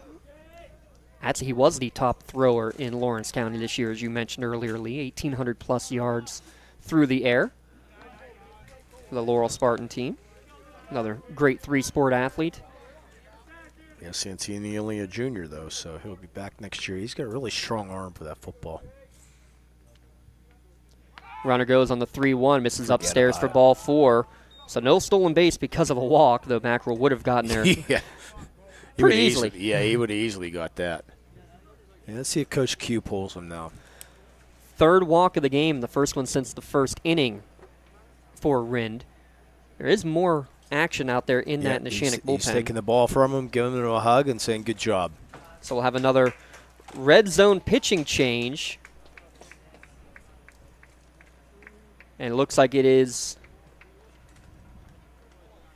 Well, we'll see what change they end up making. Looks like Rin might be staying in the game possibly. He got another glove, so see if he comes back out. I see 21 Denny Joseph getting ready potentially to come out onto the field. And he is. So Denny Joseph will get the ball. We'll step aside, come back, get you the final line on Rind, and get you going here with an 8-1 Neshannock lead in the top of the 5th inning. Back in a moment on the Lawrence County SportsNet, powered by LCAP. When the high school season heats up, make sure you have the best gear to support your school. Head to the Red Zone on Wilmington Road in Neshannock for all your county sporting apparel needs. From sporting goods to custom apparel to embroidery and more, the Red Zone has it all. Quality gear for all 8 schools in the County of Champions. Stop by and enter the Red Zone or visit them online at theredzonesports.com. Score big at the Red Zone. I love what I do because coming in every day is different. How can you not enjoy these kids coming up and hugging you and giving you these great smiles all throughout the day? You guys ready? Seeing the progress that our kids make every single day is one of the reasons I love coming to school. What should we do? We have fun. LCAP Early Learning Centers is hiring. Help empower young minds in Lawrence County and become a superhero today. Apply at lcap.org. Whether you're hosting a big party, it's family dinner night, or you just need a place to go and watch the big game, the Crane Room Grill is the place to be. Need that something special for your upcoming event? Ask about the CR Brewing Company's custom brewing options to give your big day that personalized touch that your guests will never forget. Visit craneroom.com to see their full menu, or call in your takeout order now at 724-656-1553. The Crane Room Grill and CR Brewing Company, a winning combination. Congratulations to our March LCAP Team of the Month. The Lawrence County SportsNet is proud to honor Newcastle Boys Bowling as March's LCAP Team of the Month after winning their first ever section title, qualifying for the Western Regional Finals, and having all 5 starters qualify for the WPIAL Individual Finals. Congratulations to Coach Pitzer and the Newcastle Bowling Team, our March LCAP Team of the Month. So the changes for Neshannock, Denny Joseph will go to the mound. Jake Rind will move over to first base. So Joseph is in Jackson Biondi's spot in the batting order. 2 on, nobody out. First pitch from Joseph misses downstairs to the cleanup hitter, Colton Carlson. So how about that coming in and going right against the top hitter for the Spartans. Second appearance of the year for Joseph through 2 2/3 innings. 2 strikeouts, 1 walk. in that time. This one swung on a missed, evens account at 1-1. Jake Rinn, 4 hits, 5 strikeouts, 3 walks, and a hit batsman. Currently 1 run allowed, and he's responsible, though, for the 2 runners still on base. Mackerel at second, Santini at first. The 1-1 misses downstairs, makes the count 2-1 now to Carlson. Yeah, story of the game so far. Laurel's left 7 runners on in the first 4 innings. Need the strike here. 2-1 to count. Misses outside, 3-1 to count. Speaking of Joseph, congratulations to Kara DiNardo Joseph. Just stepped down as Newcastle's head coach. Go enjoy a little mini retirement, so to speak. Good for her. Kara and Maria, longtime coaches, first at Sharon and then at Newcastle.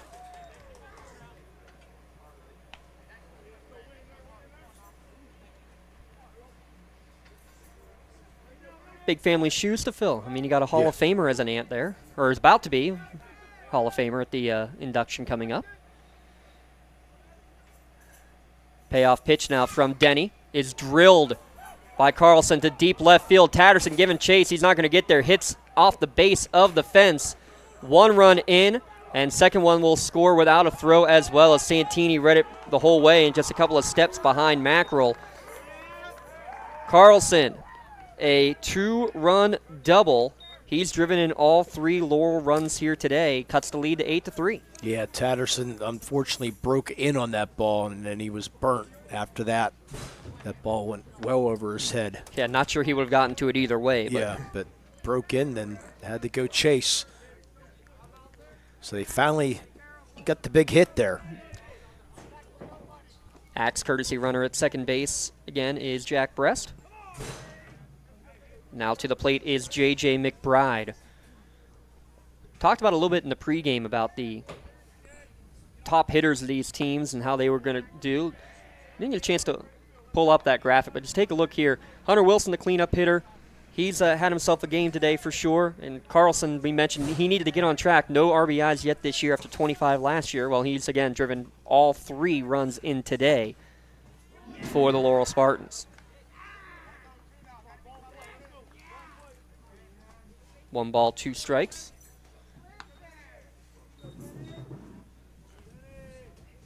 Lee Moan can do it all. No, I don't know how to clear it. Fastball called, strike 3 on the outside corner. Froze McBride for the first out of the inning and the first strikeout for Denny Joseph. Yeah, I'll give credit. This scoreboard operator doing 3 or 4 jobs at once. He's doing well. Only 1 job he's getting paid for, though. I bet it's not the babysitting job. Whether he's getting paid for the other one is another story, that's true, too. Big thanks, Mr. Burks, and everybody here in Neshannock always getting us all set up and ready to go. First pitch upstairs to Wills Werlenick for ball 1. 0 for 1, walk and a strikeout in his 2 plate appearances so far.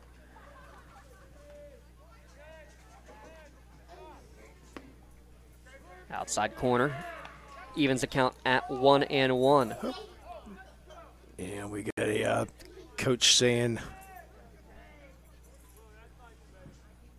Coach down at first, umpire have had enough. Have a feeling the umpire behind the plate can see the zone a little better than the one coaching at first base. No way. That can't be right? No. Coaches in the corners always have the better.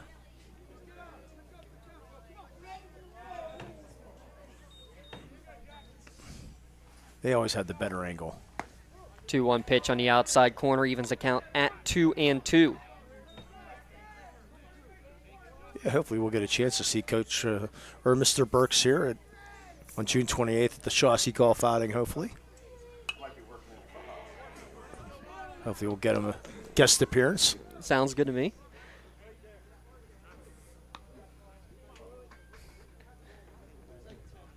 Count remains 2-2. Denny Joseph in of relief of Jake Rind. By the way, that 2-run double closes the book on Rind. Officially all 3 runs earned charged to Rind. This one golfed towards right field. Aiken steps back, now steps towards the line and makes the catch. for the second out of the inning. Yeah, that ball was tailing away from him. You said, I think he got a bad read on it and then finally able to recover there and then make it look easy. Hey, folks, we're still playing baseball down at Union. Actually, softball down at Union, I should say. How about come back? Olivia Benedict with a 2-run home run to tie it in the bottom of the 8th. Your Newcastle Transit Authority out-of-town scoreboard. Is Addie pitching? Yes, she is. Why drive when you can relax and ride with daily routes to Pittsburgh, as well as routes all across Lawrence County? Visit newcastletransitauthority.org for more information and daily route schedules. And remember, senior citizens ride for free. You're going your way out-of-town scoreboard. I thought I heard the screaming there, the 2-run homer from Union High School. They have lights down there? They do not have lights. That one just misses outside. I got another hour yet. 2-0. Yeah, lights are on here, though, in this 47-degree and cloudy day. Cloudy, yeah. Overcast. Okay.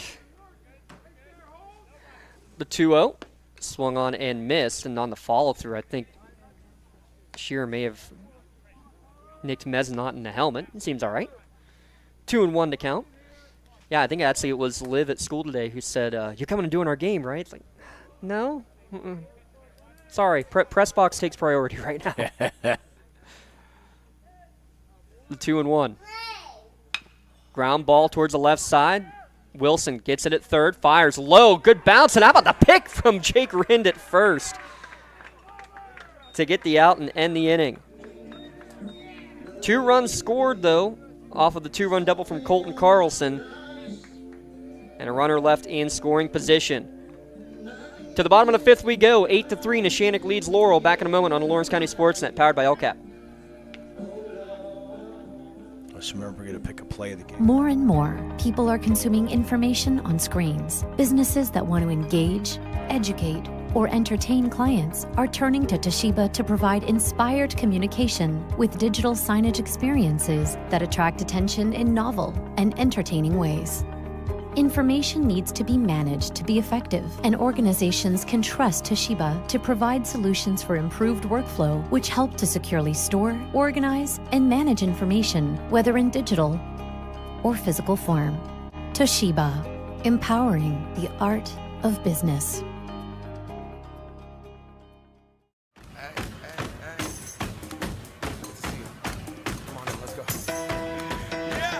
Laurel teachers support all of our athletes on and off the field.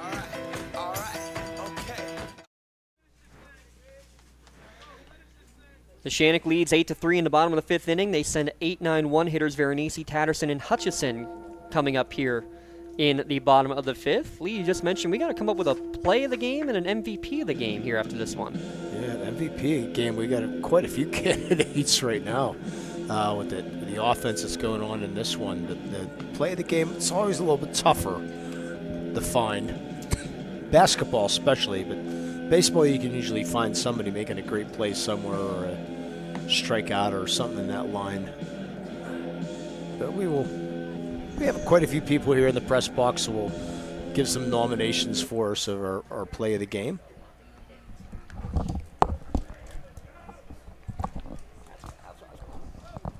We're chatting behind the scenes here of the thoughts for our play of the game coming up. Oh, yeah. Still got a couple innings to go yet. Joey Veronese will step to the plate. He got his first 2 hits of the year, I should say, here in this game. Swings through that one for strike 1. Yeah, picked up an RBI also. And after the game, our MVP Insurance MVP of the game, home, auto, term, life, liability insurance, and more. Visit MVPINS.com for more information and to request a free quote. It was a strike. It was a strike? Okay, yep. 0-2. I saw the arm go up. I had my trusty little pole blocking my view. Well, you should have took this. I didn't realize that until about 2 innings in. That's all right. I like leaning into Sicky over here. The 1-2 now to Veronese bounces in, evens the count at 2-2. Jackson McVicker's done a great job in his now 3rd inning of relief work. Yeah, the freshman getting it done. 1-2 is fouled back and out of play. Count will remain 2-2. That game now in the top of the 9th inning between Union and Neshannock. And don't say it's non-section. Don't say it doesn't matter, because it matters. That matters a whole lot. 1-2, swing and a miss. Third strikeout in relief for McVicker. First time Veronese has been retired today. One thing about these county schools, are very competitive against each other. They want to beat each other no matter what the records are. Especially those two top programs. Tatterson wears this one on the first pitch.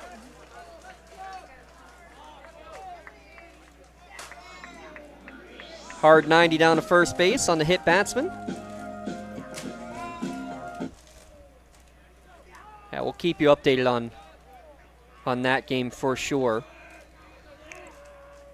By the way, give a shout out again to our friends at the Red Zone. A couple of Red Zone pitching changes. Remember, spirit sales can help raise big money for your organization. Top of the order, and Cole Hutchison stepping to the plate. Ball one downstairs. I might go in there and get him to make my T-shirt from Hershey, my umpiring shirt, a referee shirt. Did you get another shirt for your 30th year out there? Oh, yeah. They all fit still, too. Even though you gained 50 pounds over the weekend. Yeah, Lee Moan has gone to the state championships as a fan for the last 30 years now. In there for strike one, 2-1 to count. Had to work a few years. I know the one year, Shawsey and I, we did 5 of the 8 broadcasts for Trib back in the day. Oh, it's funny. We were talking about it at our meeting on Friday that we had here for LCAP. This one's line drive for a base hit through the first base, second base hole. First hit of the game for Cole Hutchison. But that was the fun conversation we had. It's like, is he enjoying the games? I said, for the first time in a long time, yes, because normally, everybody knows that he's always out there. It's like, hey, we need somebody to help. Call Lee. He's already out there. Yeah. Don't have to pay for a hotel room that way if he's already doing or it. gas. Or gas or any of that. Yeah, I'm there. Who cares? Yeah, it's first time in about the last three years, I think. I know we did a couple and worked for Bob Gregg 2 years ago.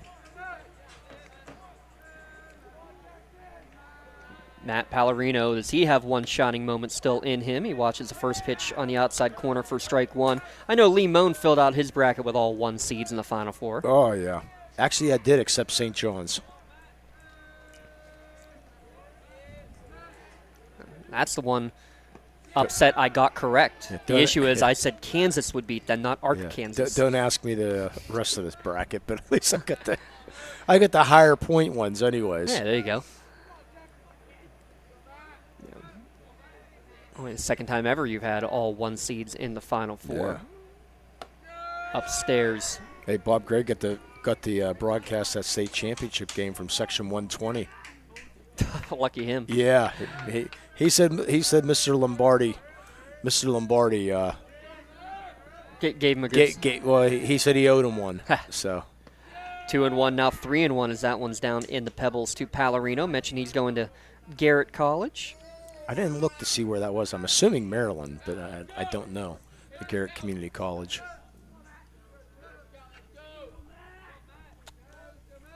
I don't have an answer on that one. I'll Google it. 3-1 pitch catches the top of the zone. Pallarino will have to catch his bat again. You thought it was? That's why I put walk on there. So strikeout, huh? Or no? So he's now with a full count. Oh, full count, okay. And he lines this one towards center field, right at the center fielder McBride, and running from second base. Tatterson thought there was 2 down or thought it was going to fall in. He's going to get doubled off to end the inning. So no runs. 1 hit, and after the double play, 1 runner left on the bags. We've played 5 complete here at Bubba Kirkwood Field. It's an 8-3 Lancers lead. Back in a moment at LC SportsNet, powered by LCAP. Tired of gasoline costs? Why drive? Let the Newcastle Transit Authority take you where you want to go. Serving the city of Newcastle and stops throughout Lawrence County, as well as weekday service to Pittsburgh. Public transportation just makes sense. Why drive when you can relax and ride? For more information or for route schedules, log on to newcastletransit.org. The Newcastle Transit Authority, going your way. And remember, senior citizens ride free. celebrating 25 years of the best coverage of high school sports in Western Pennsylvania. This is the Trib Live High School Sports Network, covering 140 schools throughout all 3 sports seasons. Trib HSSN is always there. On tribhssn.triblive.com, you'll find live and archive broadcasts, scores, standings, news, and so much more. The Trib Live High School Sports Network, broadcasting high school sports in Western Pennsylvania for 25 years. Select images of tonight's game will be available on our website and on Twitter and Instagram. Thanks to Something for Your Wall Photography. You can check out all of our great captured moments on Facebook. Search Something for Your Wall. And remember, hey, collages make great graduation gifts for your athlete and family members. So she's out in the cold weather somewhere. Oh, she's somewhere. I've not seen the bright yellow. Then again, she's probably smart and hanging out right right underneath. Top of the 6th inning here, 8-3. Neshannock leads Laurel. I saw the worst half of her. Mark in the stands today. Oh, the worst half. That's what you said. Yeah. Want to know the count? As that one misses upstairs. It's Mick Vicker in his second at-bat in relief. Misses downstairs now. 2-0 the count. Just below the knees. Mick Vicker, these are his first 2 plate appearances of the year, by the way. Left-handed throwing, right-handed swinging. Jackson McVicker fouls that one back to the screen. 2-1 now the count. McVicker 3 innings of relief. Denny Joseph in his 2nd inning now, relieving Jake Rind. Misses upstairs, makes the count 3-1. Yeah, the way this game was going, we were looking 5-inning mercy rule. Got Laurel battling back, hanging in there. McVicker doing a nice job. Misses upstairs. McVicker's going to draw a lead-off walk. He'll go down to first. We'll get a courtesy runner heading out there for Laurel's. Number 33 there, Lee. Jackson Jones, the freshman. 5'8.0. Please tell me they didn't actually put the .0 for him, yeah. though. half-inch heights on a baseball roster. That's impressive. Kudos. I can't say I've never. I want to know whose idea that was. Coach Kenny Locke or Coach Burks making that one. Throw over to first base is going to be wild, and that error is going to allow at least a second base for Jackson Jones. And thought about 3, but they're going to hold him up there at second base. So the errant pickoff will allow Jones, the courtesy runner, to advance. Definitely won there. Second error of the game against Neshannock. We're going to the 10th inning in that game between the Lady Scots and the Lady Lancers, by the way. So they're going to have the international tiebreaker. Which I wish Major League Baseball would at least wait 1 regular extra inning before doing it. I'd like to see him wait at least 3. I'll take 1. I agree with you. I agree with you. Actually, I'd like to see none. Me as well. That one fouled back by Faulkner. It makes no sense that you do it during the regular season, but when the playoffs come, you throw those regular season rules out of the way. It's sort of like the hockey. I was going to say, how do you feel about the hockey shootout then? Same exact thing. I mean, I get it. You don't want regular season games to go for 20 hours all the time, but guess what? If it does, it does. They're making millions of dollars. I love that. Coach Burks, coach in third, had to show he's still got the better wheels than Coach Q. Said, no, I got it.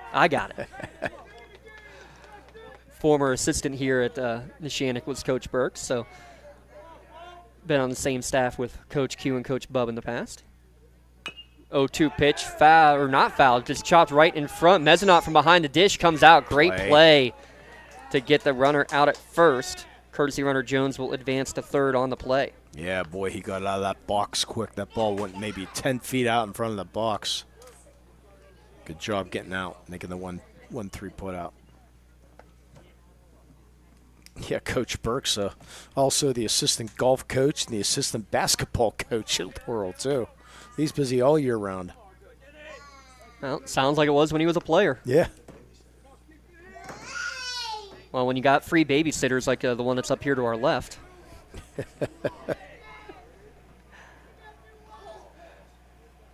One down. First pitch inside corner to the top of the order, Robert Kissick. RJ 1 for 3 on the day. I thought he was working he's going to work from the stretch. Yeah, I think he's been all stretch so far, has Denny. Breaking ball downstairs, evens the count at 1-1. What if he's assistant golf coach? Maybe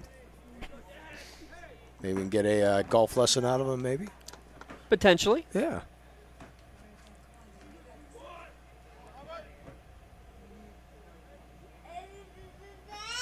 One pitch line down the left field line, but hooking foul.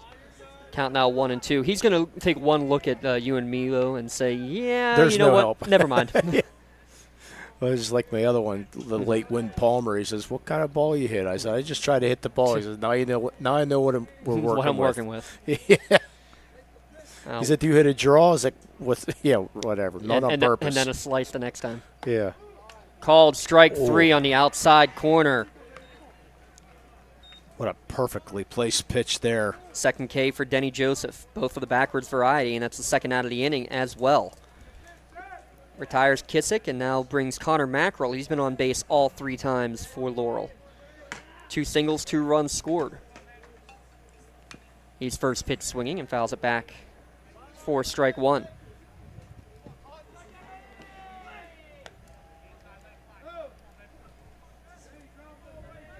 Neshannock leading 8-3. Softball team now leads 5-4 in that extra inning. So the international tiebreaker won him over, right? That's what they did. Chop to the right side. Cameron, the second baseman, comes, gets it, flips it over to Rind at first to end the inning. So a leadoff walk, error moved him to second base, but stranded at third to end the inning. We go to the bottom of the 6th inning, 8-3, Neshannock leading Laurel. Back in a moment. It's the Lawrence County SportsNet, powered by LCAP. Your hip, your knee, your shoulder, whatever has been holding you back, UPMC Orthopedic Care is where you'll find experts to help you get back to a better quality of life. UPMC is pioneering minimally invasive surgeries, and we offer personalized treatment plans and same-day surgery to get you home and moving sooner. It's your ankle, your elbow, your hand, and it's your move. Visit upmc.com/ortho to learn how UPMC can help. Hey, Mom, do you need a ride to the store today? Oh, no thanks, hon. I got it covered. Mike's taking me. Okay, well, you have a doctor's appointment tomorrow, right? I can take you to that. No, I got it covered too. Mike's taking me. Mike? Yes, Mike's my ex driver. Picks me up right at my door and even helps carry my groceries. It's so convenient to schedule and ride with Axe. Wish I would have called him sooner. Okay, Mom. Sounds like you got it covered. I have an apple pie ready to eat. How about you help me with that? When it comes to shopping for insurance, there are thousands of options out there. MVP Insurance proactively shops and compares your policies to find the best coverage and rate. Josh Mathur and David Verratti want to provide you with the level of personalized service that you know that you are the MVP of their agency. They simplify insurance so you can live stress-free. Visit one of the locations in Xenopal or in New Springfield, Ohio. Call MVP for the win. Proud sponsor of the MVP of the game on the Lawrence County SportsNet. Neshannock will send 3, 4, 5 hitters here in the the bottom of the 6th inning with an 8-3 lead. 8 runs on 11 hits in the game for Neshannock. 3 runs on 6 hits so far for Laurel. The issue is 6 runners left on base, twice the bases loaded in the first 3 innings for the Spartans. Yeah, couldn't come up with that clutch hit. And that was almost to a T, what Coach Burks told me in our pregame talk was got to find that timely hit. A timely hit batsman to get the leadoff man on base. Aiken will trot down to first, and that'll bring Hunter Wilson. He's been on base 3 times here today. Second hit batsman of the game for Jax McVicker. He's looked great here in his innings of relief.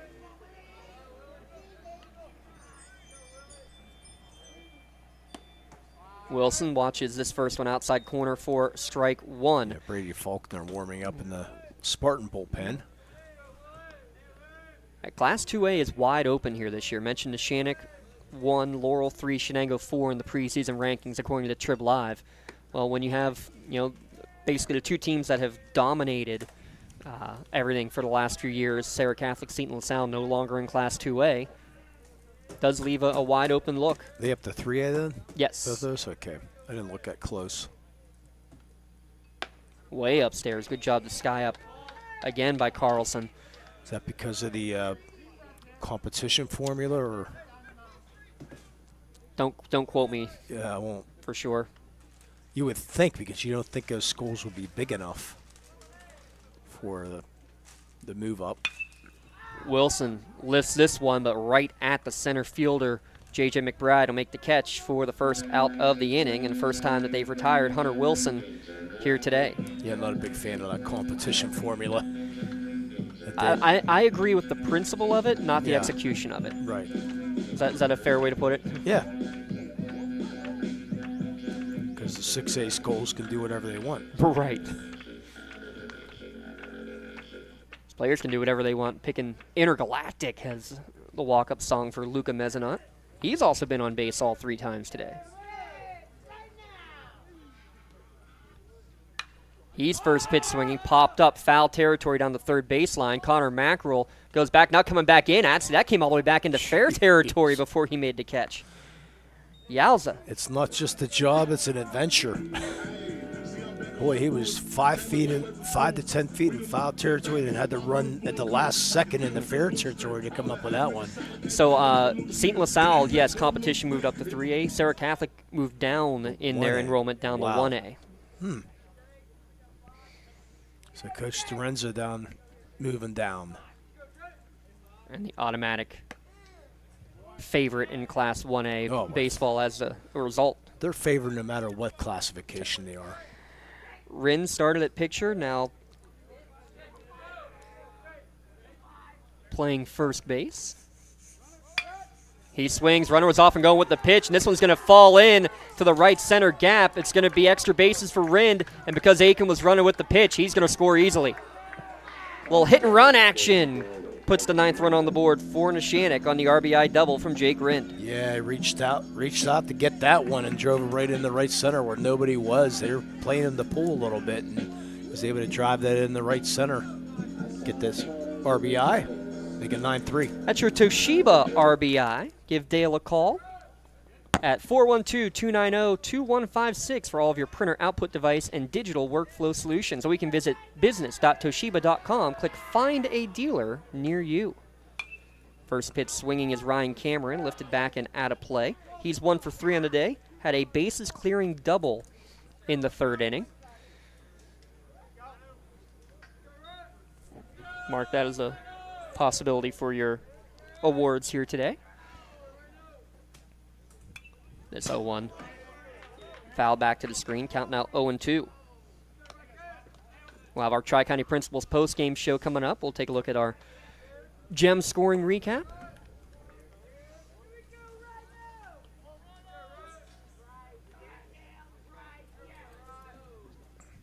Oh-2 pitch from McVicker misses downstairs. I didn't realize Mason Moser went out the right field for Laurel. Oh, thank you there. That's why Faulkner was able to warm up. MOSER. Thank you. Yep. The 1-2. Misses away, 2-2 now to count.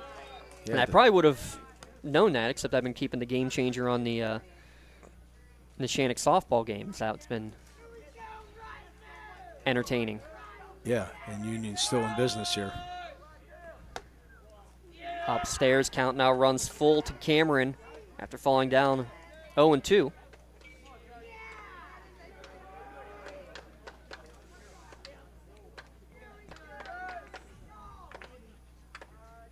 Three balls, 2 strikes.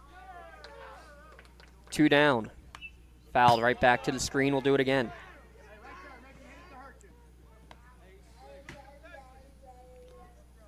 Yeah, no pitch count in softball. Those girls are probably throwing way over 100, probably. How about 173 right now for Mia?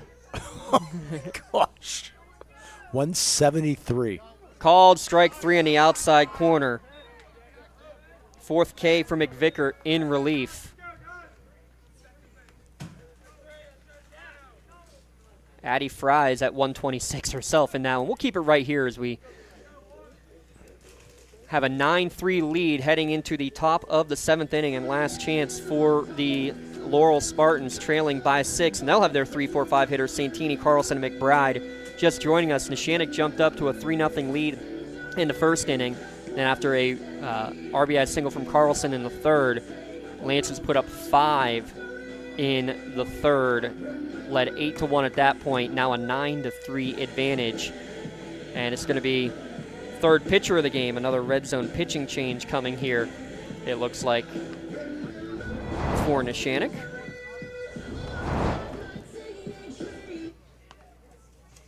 It's like Thomas Morrell. Ah, Thomas Morrell. So, Thomas Morrell will come in and try to close it out for Neshannock, leading 9-3. So Joseph, 2 innings pitched.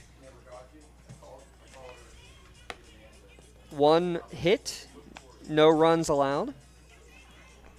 1 walk and 2 strikeouts in his 2 innings of relief there for the Lancers.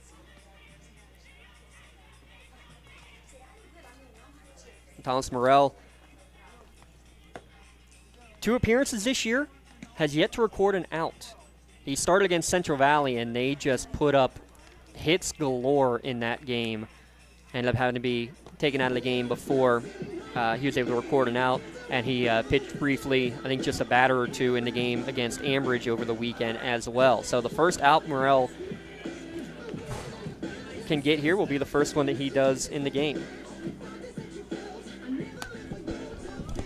Let's see if he can get his first out of the year now for Morrell. Close this out. You got a 6-run lead, so just throw strikes right now.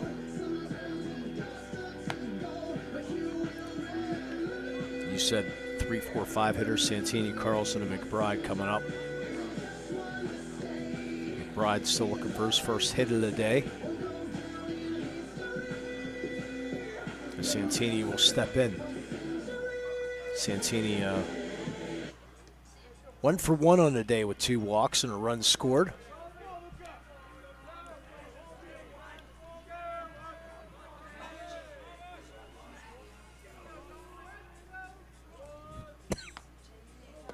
First pitch just a little bit down low to Santini.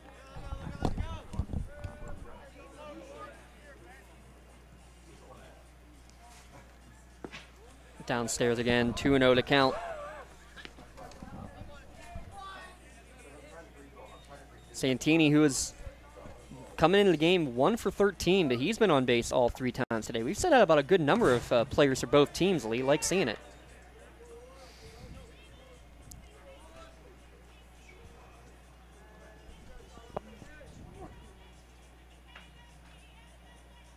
Ouch. Inside and hits him. Make it 4 for 4 in terms of getting on base. This time the hard way, though. Right now, you just want to throw strikes. I mean, you have a 6-run cushion.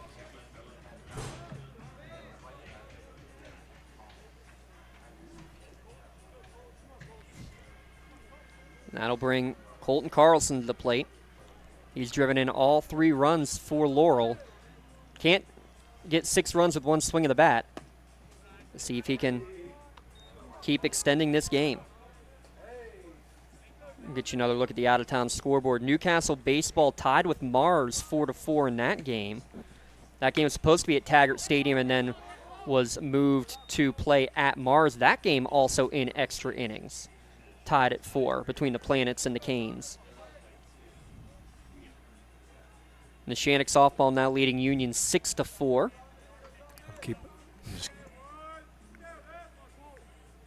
I'm just keeping track of that pitch count because that's insane. Mia just threw her 184th pitch of the game in that one. Top of the 10th inning, a 6-4 Neshannock lead. Morrell breaking ball to Carlson. It's fouled off down the right field line and out of play. Count now 1-2. Like, what's the record for the number of pitches in a game?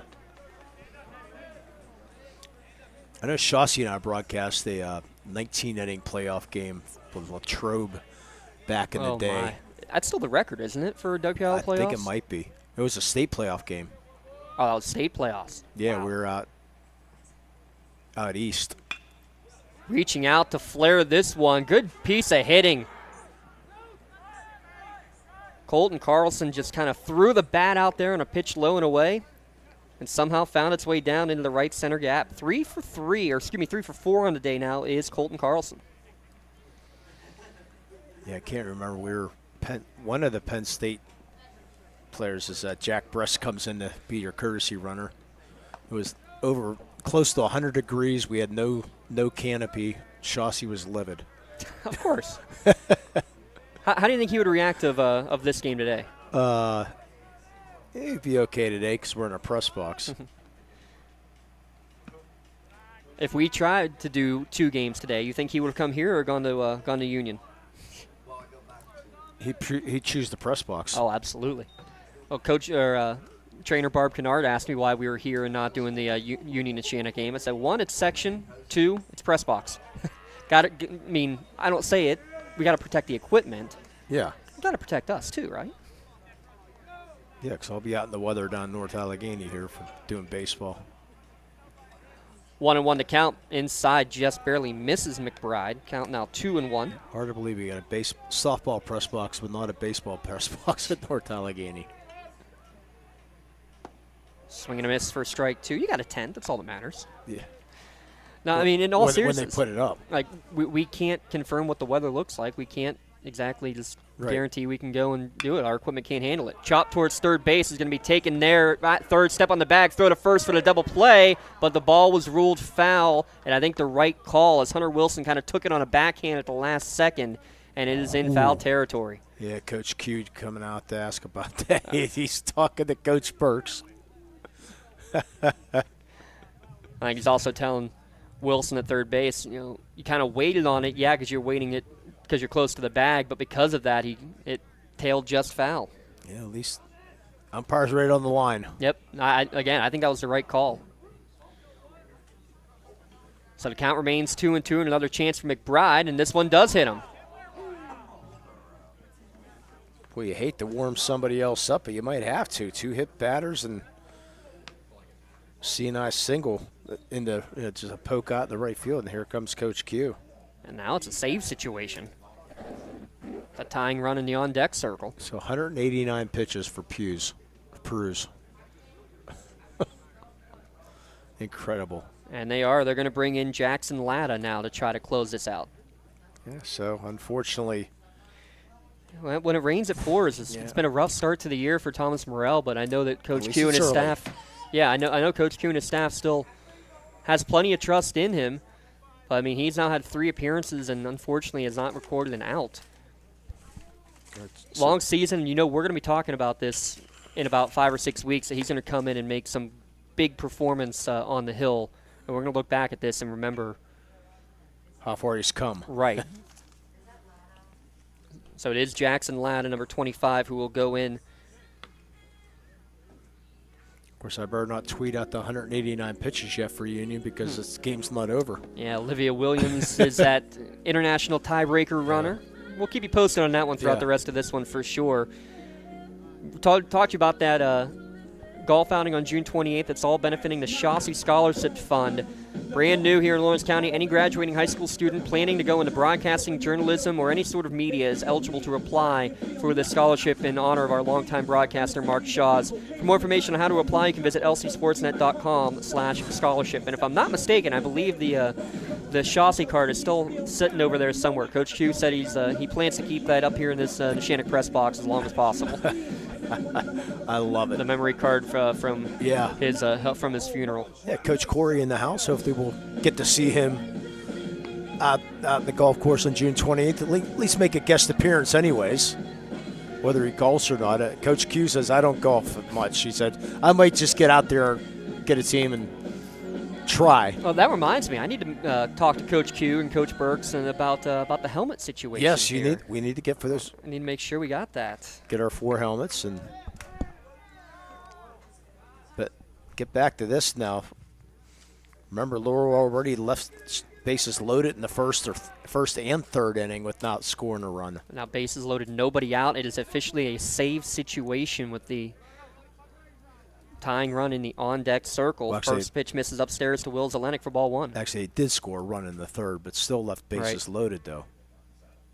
I'm sorry, it's not. I can't do math. It's a 6-run advantage, not a 5-run advantage. Yeah. 9-3, though that one misses way outside. 2-0 the count. And if you're Laurel, you're waiting to see a strike in there.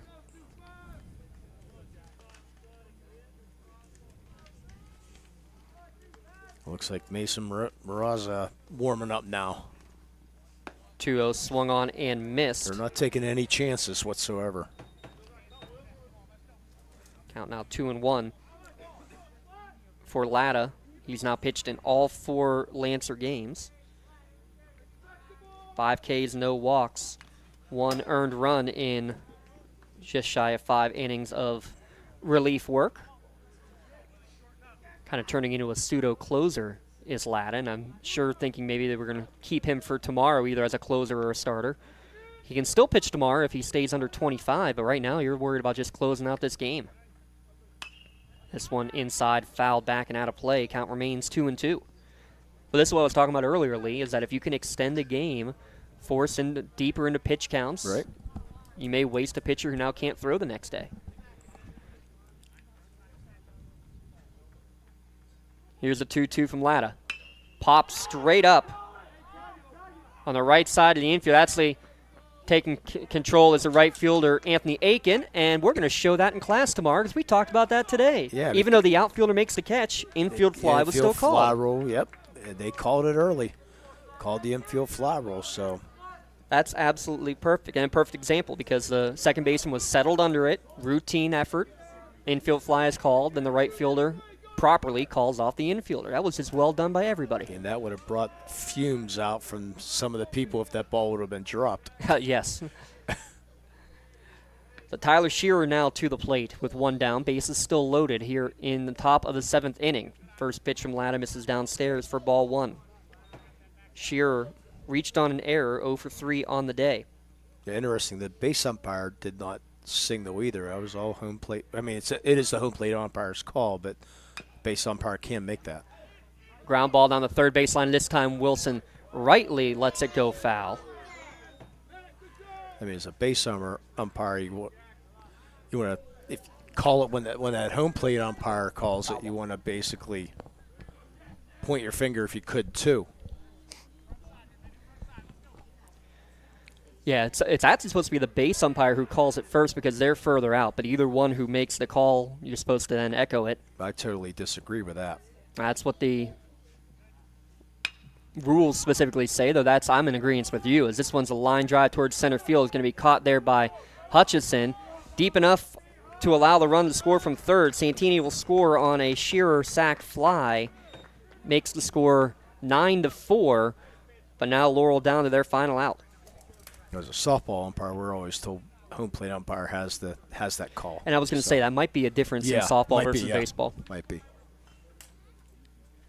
As long as you get it right. Out-of-town scoreboard, it is a final. Neshannock 6, Union 4 in 10 innings. So the winning streak continues. 29 straight, and that would now be 78 of their last 79. So how many pitchers did Miss Addie Fry throw then? Pruse finished at 189. Fry finished at 137. Jeez. You know what's crazier than that is this one misses upstairs 2-0. Out of 137 pitches, 105 strikes. Wow. That's the way she's been, like 75% strike ratio, strike percentage. Absolutely incredible. Down and in, another ball.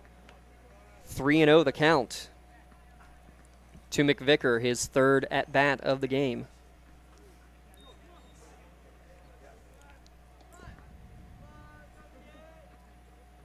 Latta, pause, set, catches the top of the zone, makes it 3-1. Yeah, I had a pitcher for Riley Miller for Shaler. Had 43 strikeouts and 2 walks early in the year. Misses outside for ball 4. The bases are loaded again now. it's a save situation.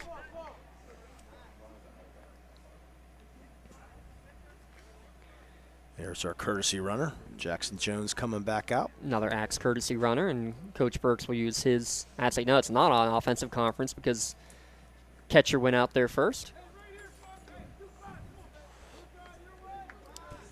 Braden Faulkner to the plate, 0 for 3 on the day.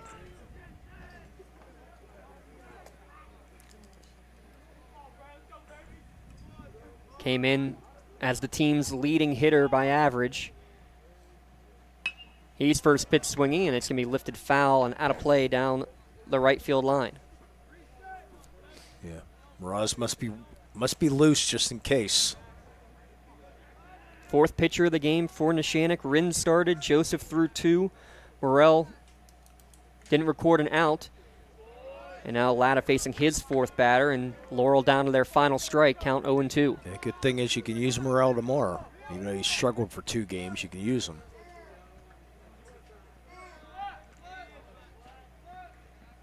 Carlson at third, McBride at second. Jones, the courtesy runner, at first. His fastball misses downstairs to Faulkner, 1-2.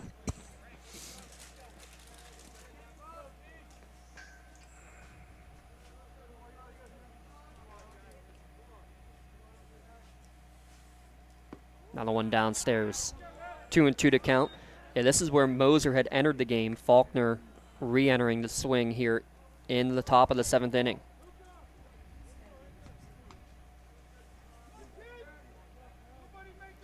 Two balls, 2 strikes, 2 down.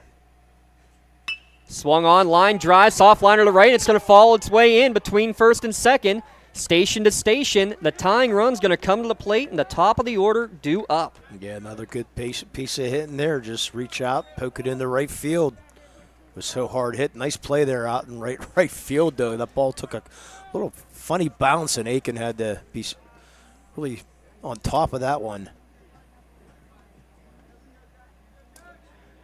Toshiba RBI there for Braden Faulkner.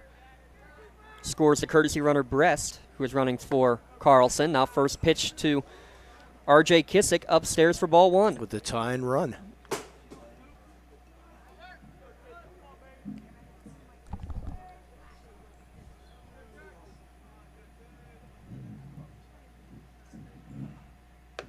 Another one upstairs, 2-0 the count. 8th batter of the inning. Yeah, I'm going to guess this is going to be his last batter because this is lefty on lefty right now.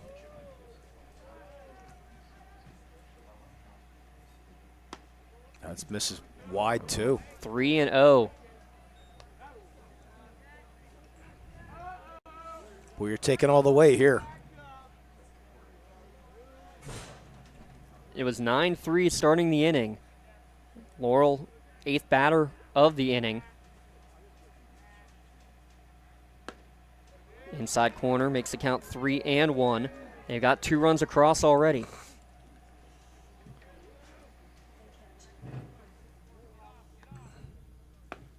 And on the inside corner, count runs full. McBride at third. Jones, the courtesy runner, at second. Faulkner at first. Kissick at the plate, facing a full count. And it hits him.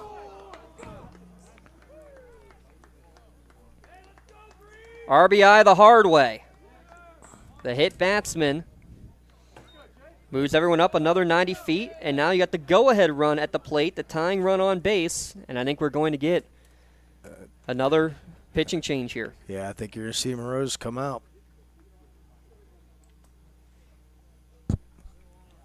He's looking at the bullpen. That's not Moroz. That's... Yeah, Moreau's ready to check in here, number 27, who is now warming up in the bullpen. Is, I think, Ryan Cameron? Yeah, it's Ryan Cameron warming up. So I missed it. We had a substitution go into the field. Looks like Luca Pegley's playing second base, so apologies that we missed that. And it will be Mason Moreau's going to the plate. Or going to the mound, I should say. So Pegley at second. So Moroz is going to check in with a 9-6 lead, but the bases are loaded, and this is definitely a save situation right now.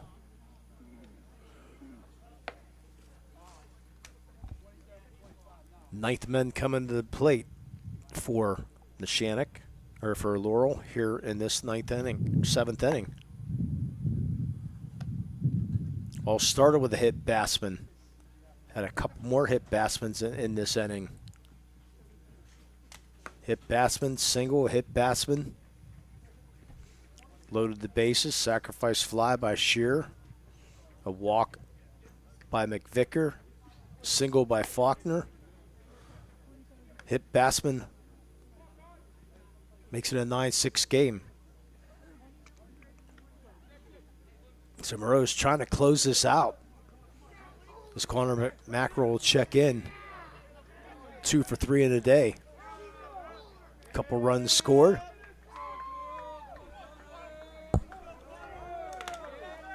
Can hear that Laurel bench. As Kissick on first base. First pitch coming. Just missed down low.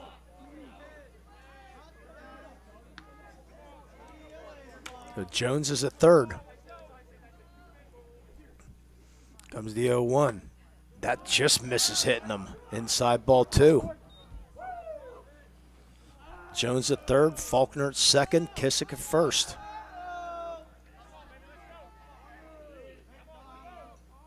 Comes the 2-0. That's fouled down the right field line. Thought maybe he might be taking that 2-0 pitch, but he had the green light. Count goes to 2-1. 9-6 Laurel Trails here in the top of the 7th inning. Pitch to high, strike, goes 2-2. Fans didn't like that one.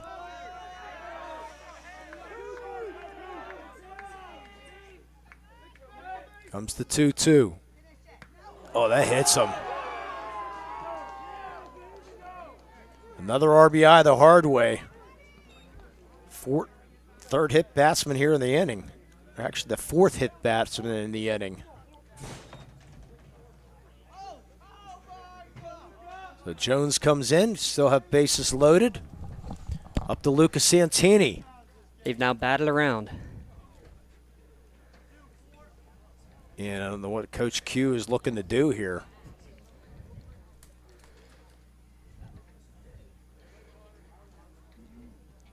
Looks like we're going to have a... Making sure he still has a conference left? Moreau's, actually, Cameron's going to check in, going back into second base here. Pegley's going to come out, we believe. Moreau's is... Nope, Cameron's going to come in the pitch now. A 6th pitcher. So they're figuring out what they're going to do because he has to re-enter right from where Pegley was.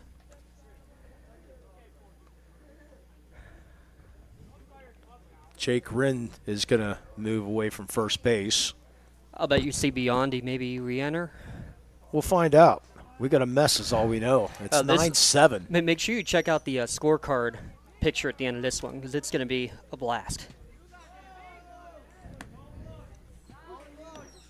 That's what Game Changer's for.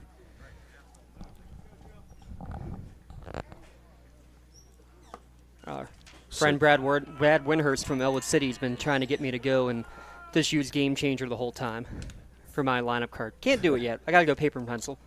Yeah. So Ryan Cameron will enter.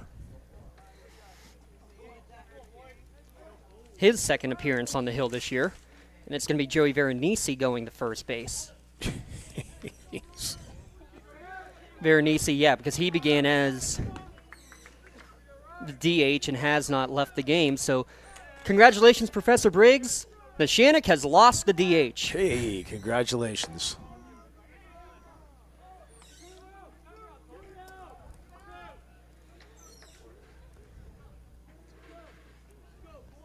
Trying to see if there's any other changes here. Figure out who's at second base. Rind went back to second, that's right. Okay, Aiken is still at right. So more importantly, it's Cameron getting a first pitch strike against Santini. with the tying run at second base, 2 down. 4 hit batters in this inning. 4th pitcher of the inning for Neshannock. Breaking ball right over the heart for strike 2, and again, Laurel now down to their final strike, 0-2 the count.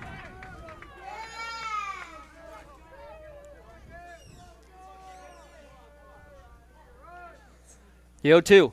Breaking ball fouled. Just barely. Just getting a piece of it.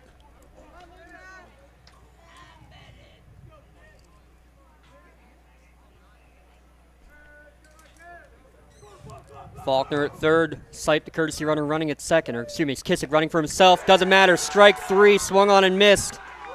Ryan Cameron puts an end to it.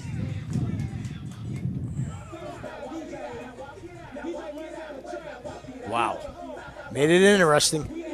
4 runs scored in the final inning. No hits? 2 hits. 2 hits, okay.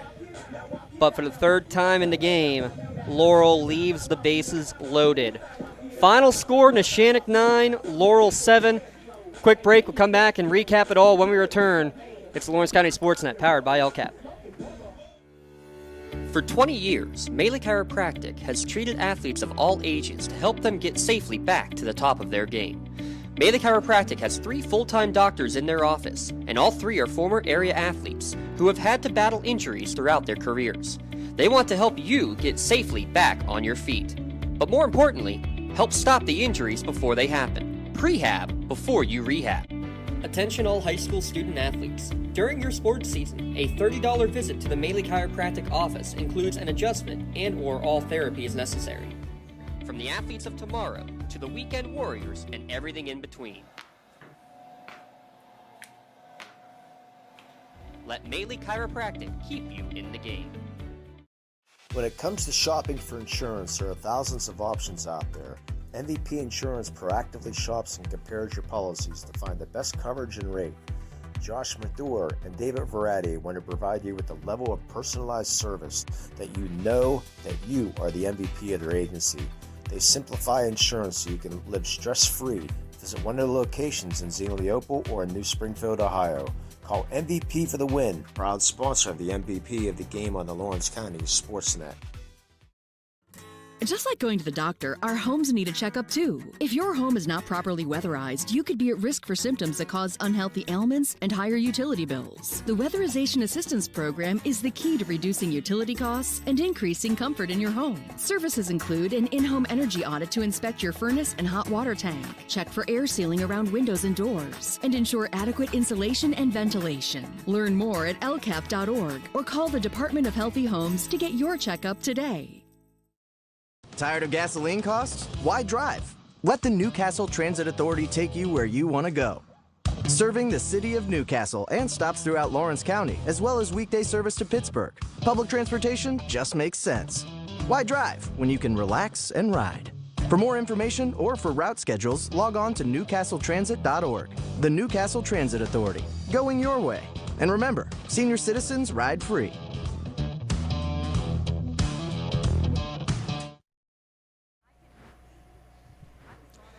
Tri-County Principals postgame show here from Mike Bubba Kirkwood Field. It took 2 hours, 23 minutes, but Neshannock able to weather the storm down the stretch. Laurel scores 4 in the top of the seventh, but they leave the bases loaded. A 9-7 final score here from Kirkwood Field. Neshannock with the victory today. We'll recap it here real quick. Laurel, top of the first inning. First 3 batters all reach base, but a pickoff and then the bases left loaded in the end of the inning. Neshannock would put 3 up themselves in the bottom of the first inning. Hutchison and Pallarino reach. They both score.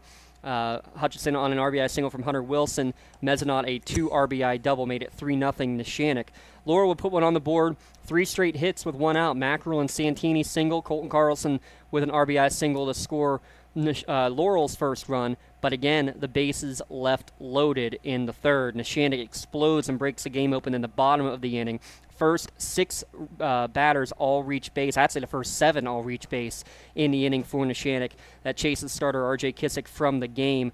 2 RBI double from Luca Mezzanot. A bases clearing triple from Ryan Cameron in the inning. Joey Veronese also with an RBI extra base hit in the frame, made the score 8-1 Neshannock. Laurel will chip away. A 2-run double in the 5th inning from Carlson made the score 8-3. Neshannock got one back in the 6th inning on an RBI double from Jake Rind with 2 outs on a hit and run, scoring Anthony Aiken all the way from first base, made it 9-3. And it looked like Neshannock was not in cruise control at that point, but Lancers ended up using 4 different relievers in the last inning. Thomas Morrell faced 3 batters, didn't record an out. Jackson Latta faced 5 batters, got the first 2 out, but then a walk, a single, and a hit batsman. He leaves the game. Morose comes in. He throws to 1 batter, hit batsman. He then is removed from the game. Ryan Cameron able to finish the job, gets the strikeout of Santini to end the game, and for the 3rd time in the game, the bases left loaded. 9-7 your final. Neshannock 9 runs on 11 hits with 2 errors. They left 7 on base. Laurel 7 runs, 10 hits, no errors. They left 11 stranded on the bags. Yeah, not pretty, but a win is a win is a win. And Coach Q still has those pitchers available for tomorrow's game at Laurel High School. But, boy, looked like he was going to cruise an 8-1 lead after 3 innings. And you'd think this thing might not even go 5, but Laurel, good battle today. Unfortunately for them, they fell behind against New Brighton, too. Couldn't make that final comeback. They do it again here today. Can't get the comeback victory, but nonetheless a good effort for the Laurel Spartans here today. Hopefully they'll see what they can do tomorrow at Laurel High School. Winning pitcher Jake Rind, 4+ innings of work, 5 strikeouts, 3 walks, 3 runs, all earned. Ryan Cameron will get the save for his strikeout 1 performance. Losing pitcher Robert Kissick, 8 runs, all earned on 10 hits, 1 strikeout and 2 walks in the game. Hey, Laurel battled for sure, and they certainly did not give up. Yeah, honorable mention for our MVP player of the game is the freshman coming in. McVicker. McVicker, yeah, coming in today and really holding things down. You know, he came in a bases loaded situation and was able to get it out of that jam, and then only give up 1 more run along the way. So I mean, give him a lot of credit here today for an honorable mention MVP here today. Time for the actual awards, though. Yeah. Let's take a look at first your Maley Chiropractic play of the game. It's going to go to Ryan Cameron. We got a couple plays in mind. First one being his 3-run double that really broke the game open in the 3rd inning. Give a assist on the slide and home plate for Luca Pegley, by the way, as well, going around the slide. Big shout-out to him for that one. But Ryan Cameron's 3-run double, and then he gets the strikeout to finally put an end to the game. So for those 2 separate plays, take your pick, Ryan, which one you want to be for your Maley Chiropractic play of the game. Congratulations. I think he'll tell you to save. Oh, I'm sure he will. Yeah. You never know. Kids love to swing the bat. Yeah. He gets your play of the game. He'll get his customized T-shirt, courtesy of the Red Zone, for being tonight's play of the game award recipient. And you might see a video of that sliding a home plate, especially by going to lcsportsnet.com and seeing it on Twitter and Instagram as well. Congratulations, Ryan Cameron, your Maley Chiropractic play of the game. Let Maley Chiropractic keep you in the game. For your MVP Insurance MVP of the game, got to go with Luca Mezzanot here, the sophomore. 2 doubles, 3 RBI in the game. He made a couple nice defensive plays behind the dish as well. Saw a lot of great stuff from the sophomore Mezzanot here tonight, hitting in that 5-hole, continuing to swing a hot bat too. Yeah, he had two stolen bases thrown out too, or 2 runners thrown out on the bases also. Yeah, caught stealing a couple times. You're right. Yeah, so he an all-around good game there for Luca. So he is your MVP Insurance MVP of the game. Congratulations, Luca Mezzanot. He just got his customized T-shirt, courtesy of the Red Zone, for being tonight's MVP Insurance MVP of the game. And again, you can view the full list by going to lcsportsnet.com, click on awards. Congratulations to Luca Mezzanot, your MVP Insurance MVP of the game. Call MVP for the win. Neshannock gets their first section win of the season, now 4-0 overall. Laurel drops to 1-2 in the section, 2-3 overall. And we get to do it all again tomorrow, we hope. Hopefully the field at Laurel is all good to go and ready to play. There was talk that maybe that game could be moved up here to the turf if need be. Don't know if that is you hate to fact see or that. fiction. Yeah, you want to see teams playing on their home field for sure. Right. But you also got to know you got to get these games in, because if you don't play tomorrow, I don't think you're playing again for a while. And next week's series are going to get pushed back. It's going to be not fun. No. No. Well, that's what the coaches will figure it out. Yep. So or the 80s will figure it out. All the above. Yeah. Well, keep tabs with us. We'll update you as soon as we hear anything as well on that one from here from the Neshannock High School and Laurel. We're going to see. I think Coach Q's going to come up and chat here real quickly. Okay. Well, we'll let him. Oh, we'll definitely let him. Oh, I'll give him a pair of headsets. Yeah. We'll let Matt start cleaning up some of the other stuff. Big shout out, Rob Nattel. And I'll go get the sign. Rob's already out there. Let him get the sign. Oh, okay, good enough. You can stay chilling in here for sure. No, Matt Flannery, Rob Nattel, big shout out to everything that they do here for us, as always. Great stuff. And Coach Q is going to come make an appearance. It's a little cold up here, Coach, just so you're aware. Get you going there, Coach. All right, Coach, you got me right? Yes, sir. All right. Hey, a win is a win is a win, though. You didn't make it to extra innings, but 7 innings for sure and then some, the way that last inning went. I always say toughest outs in baseball, right? The last 3. We're figuring things out. You know, there's no secret. We lost a guy, and he's the guy that would have been in there in relief to come and shut it down. But you got to give Laurel credit. And I know Jason and the culture that he has and the way he coaches and his coaching staff, this game was never over. That's why we were running, trying to score more runs. And tip your cap to the freshman. Yeah. McVicker, he come in and settled. He settled the game down. We kept playing. We end up hitting some barrels still, but you know how this game goes. The momentum switched. It changed. I don't care if we give up hits. But you see I have a very short leash with walks, hits bat. You know, when we start hitting guys, free passes, you can't defend it. And it comes back. But that's where we're at right now. I'm not thrilled, as you could see. But a win's a win. We'll continue to move forward with it, and after the series, we'll clean some stuff up. Well, maybe may not be thrilled with how the pitching staff finished off, but got to be pleased with the way that your bats have been electric to start the year. I mean, you've 8 or more runs now in all 4 games. Yeah, so, I mean, you know, look, there's no secrets. We changed our whole philosophy, our process over the winter. I'll be honest, we lost 1-0 to Ambridge in the fall, and my son called me out. Coach Jay called me out. He's like, we can't do this anymore. We have to make some changes. And we did some homework, talked to some very valuable people about some stuff. And this winter we did, and the kids bought in.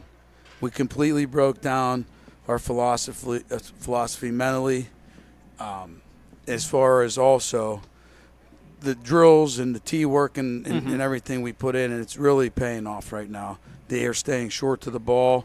They have a great approach. They're not getting themselves out. And I'll tell you what, and I told these kids this, we got away from the high leg kicks and all the other stuff, and I said the balls are going to fly even more. And we're hitting balls like we didn't even hit. I mean, Wilson, Mezzanot, they're barreling balls, and they're flying. Ryan Cameron might hit one off the fence today. Anthony Aiken the other day, and all the way through the lineup. Matt Pallarino had 4 barrels today in the 2 spot. Yeah. So it's something that we're going to continue. We definitely are not going to be content with us starting out 4-0, scoring all these runs. What we need to focus on is cutting the run against. We got to cut that down. Because, you know, you run into a pitcher, I'm assuming we're going to see Santini tomorrow. It's going to be a different ball game. You know, our kids are going to compete, but that kid's one of the best in the WPIAL, you know, from my perspective. So different ball game. Talk about your senior pitcher today, though, and Jake Grant. Just a bulldog. He didn't have his bagel bites, he told me before the game, but still gave you 4 good innings. Got his 8th career win. 8th career. I'll be honest, he didn't have his best stuff, but when he left, I think there was 1 run on the board. So, again, he's a competitor. I'm not worried about him. Yeah. I won't even think twice about Jake's performance. You know, we have some young guys in there competing. Nathan Rickle today, who's hitting .430 for us, was on concussion protocol. Hopefully released tomorrow. Joey Veronese gets an opportunity, goes in there, and he barrels 3 balls. So it's just like everyone's stepping up, and I'll go back to Dom. Dom's a Division II scholarship kid. We haven't had that since 2015, right? So who's going to play the outfield? Well, there's a kid named Hayden Tatterson coming in here, and he just competed in the inter squad games and the split squads. He won the job, and he's doing a tremendous job filling in the outfield. So very proud of the way that young man, he wasn't in the plans, to be honest, as far as right now in the future, and he stepped up big time.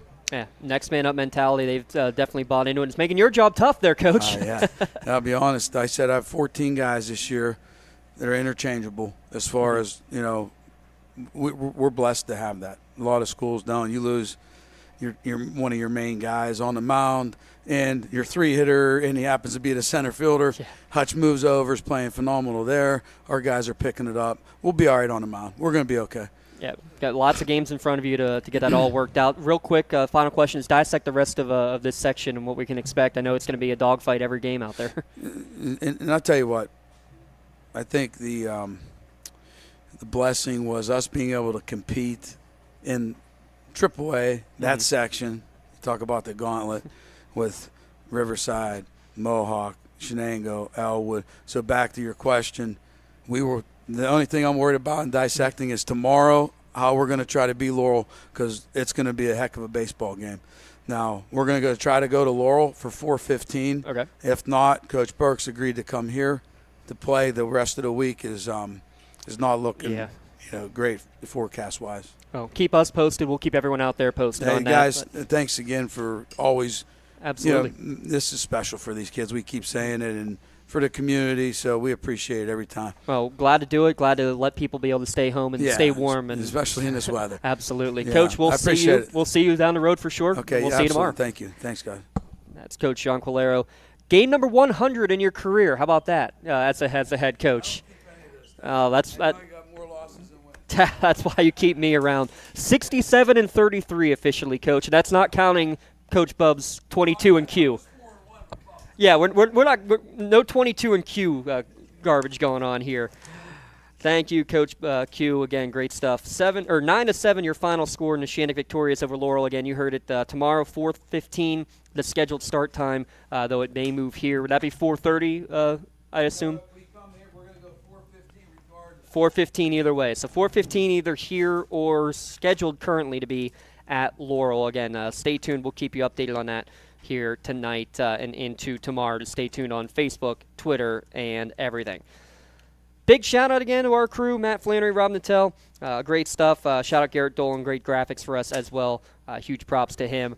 For Lee Moan, I'm James Hodson saying so long and stay tuned. Game 2 tomorrow, and then we'll be back on the air Wednesday at Newcastle as the Hurricane Girls take on North Hills. 9-7 your final. I'm James Hodson. So long. Stay tuned. It's the Lawrence County SportsNet powered by LCAP.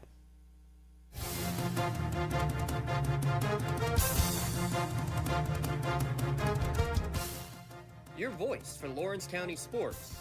The gold ball headed home to Newcastle. This is the Lawrence County SportsNet.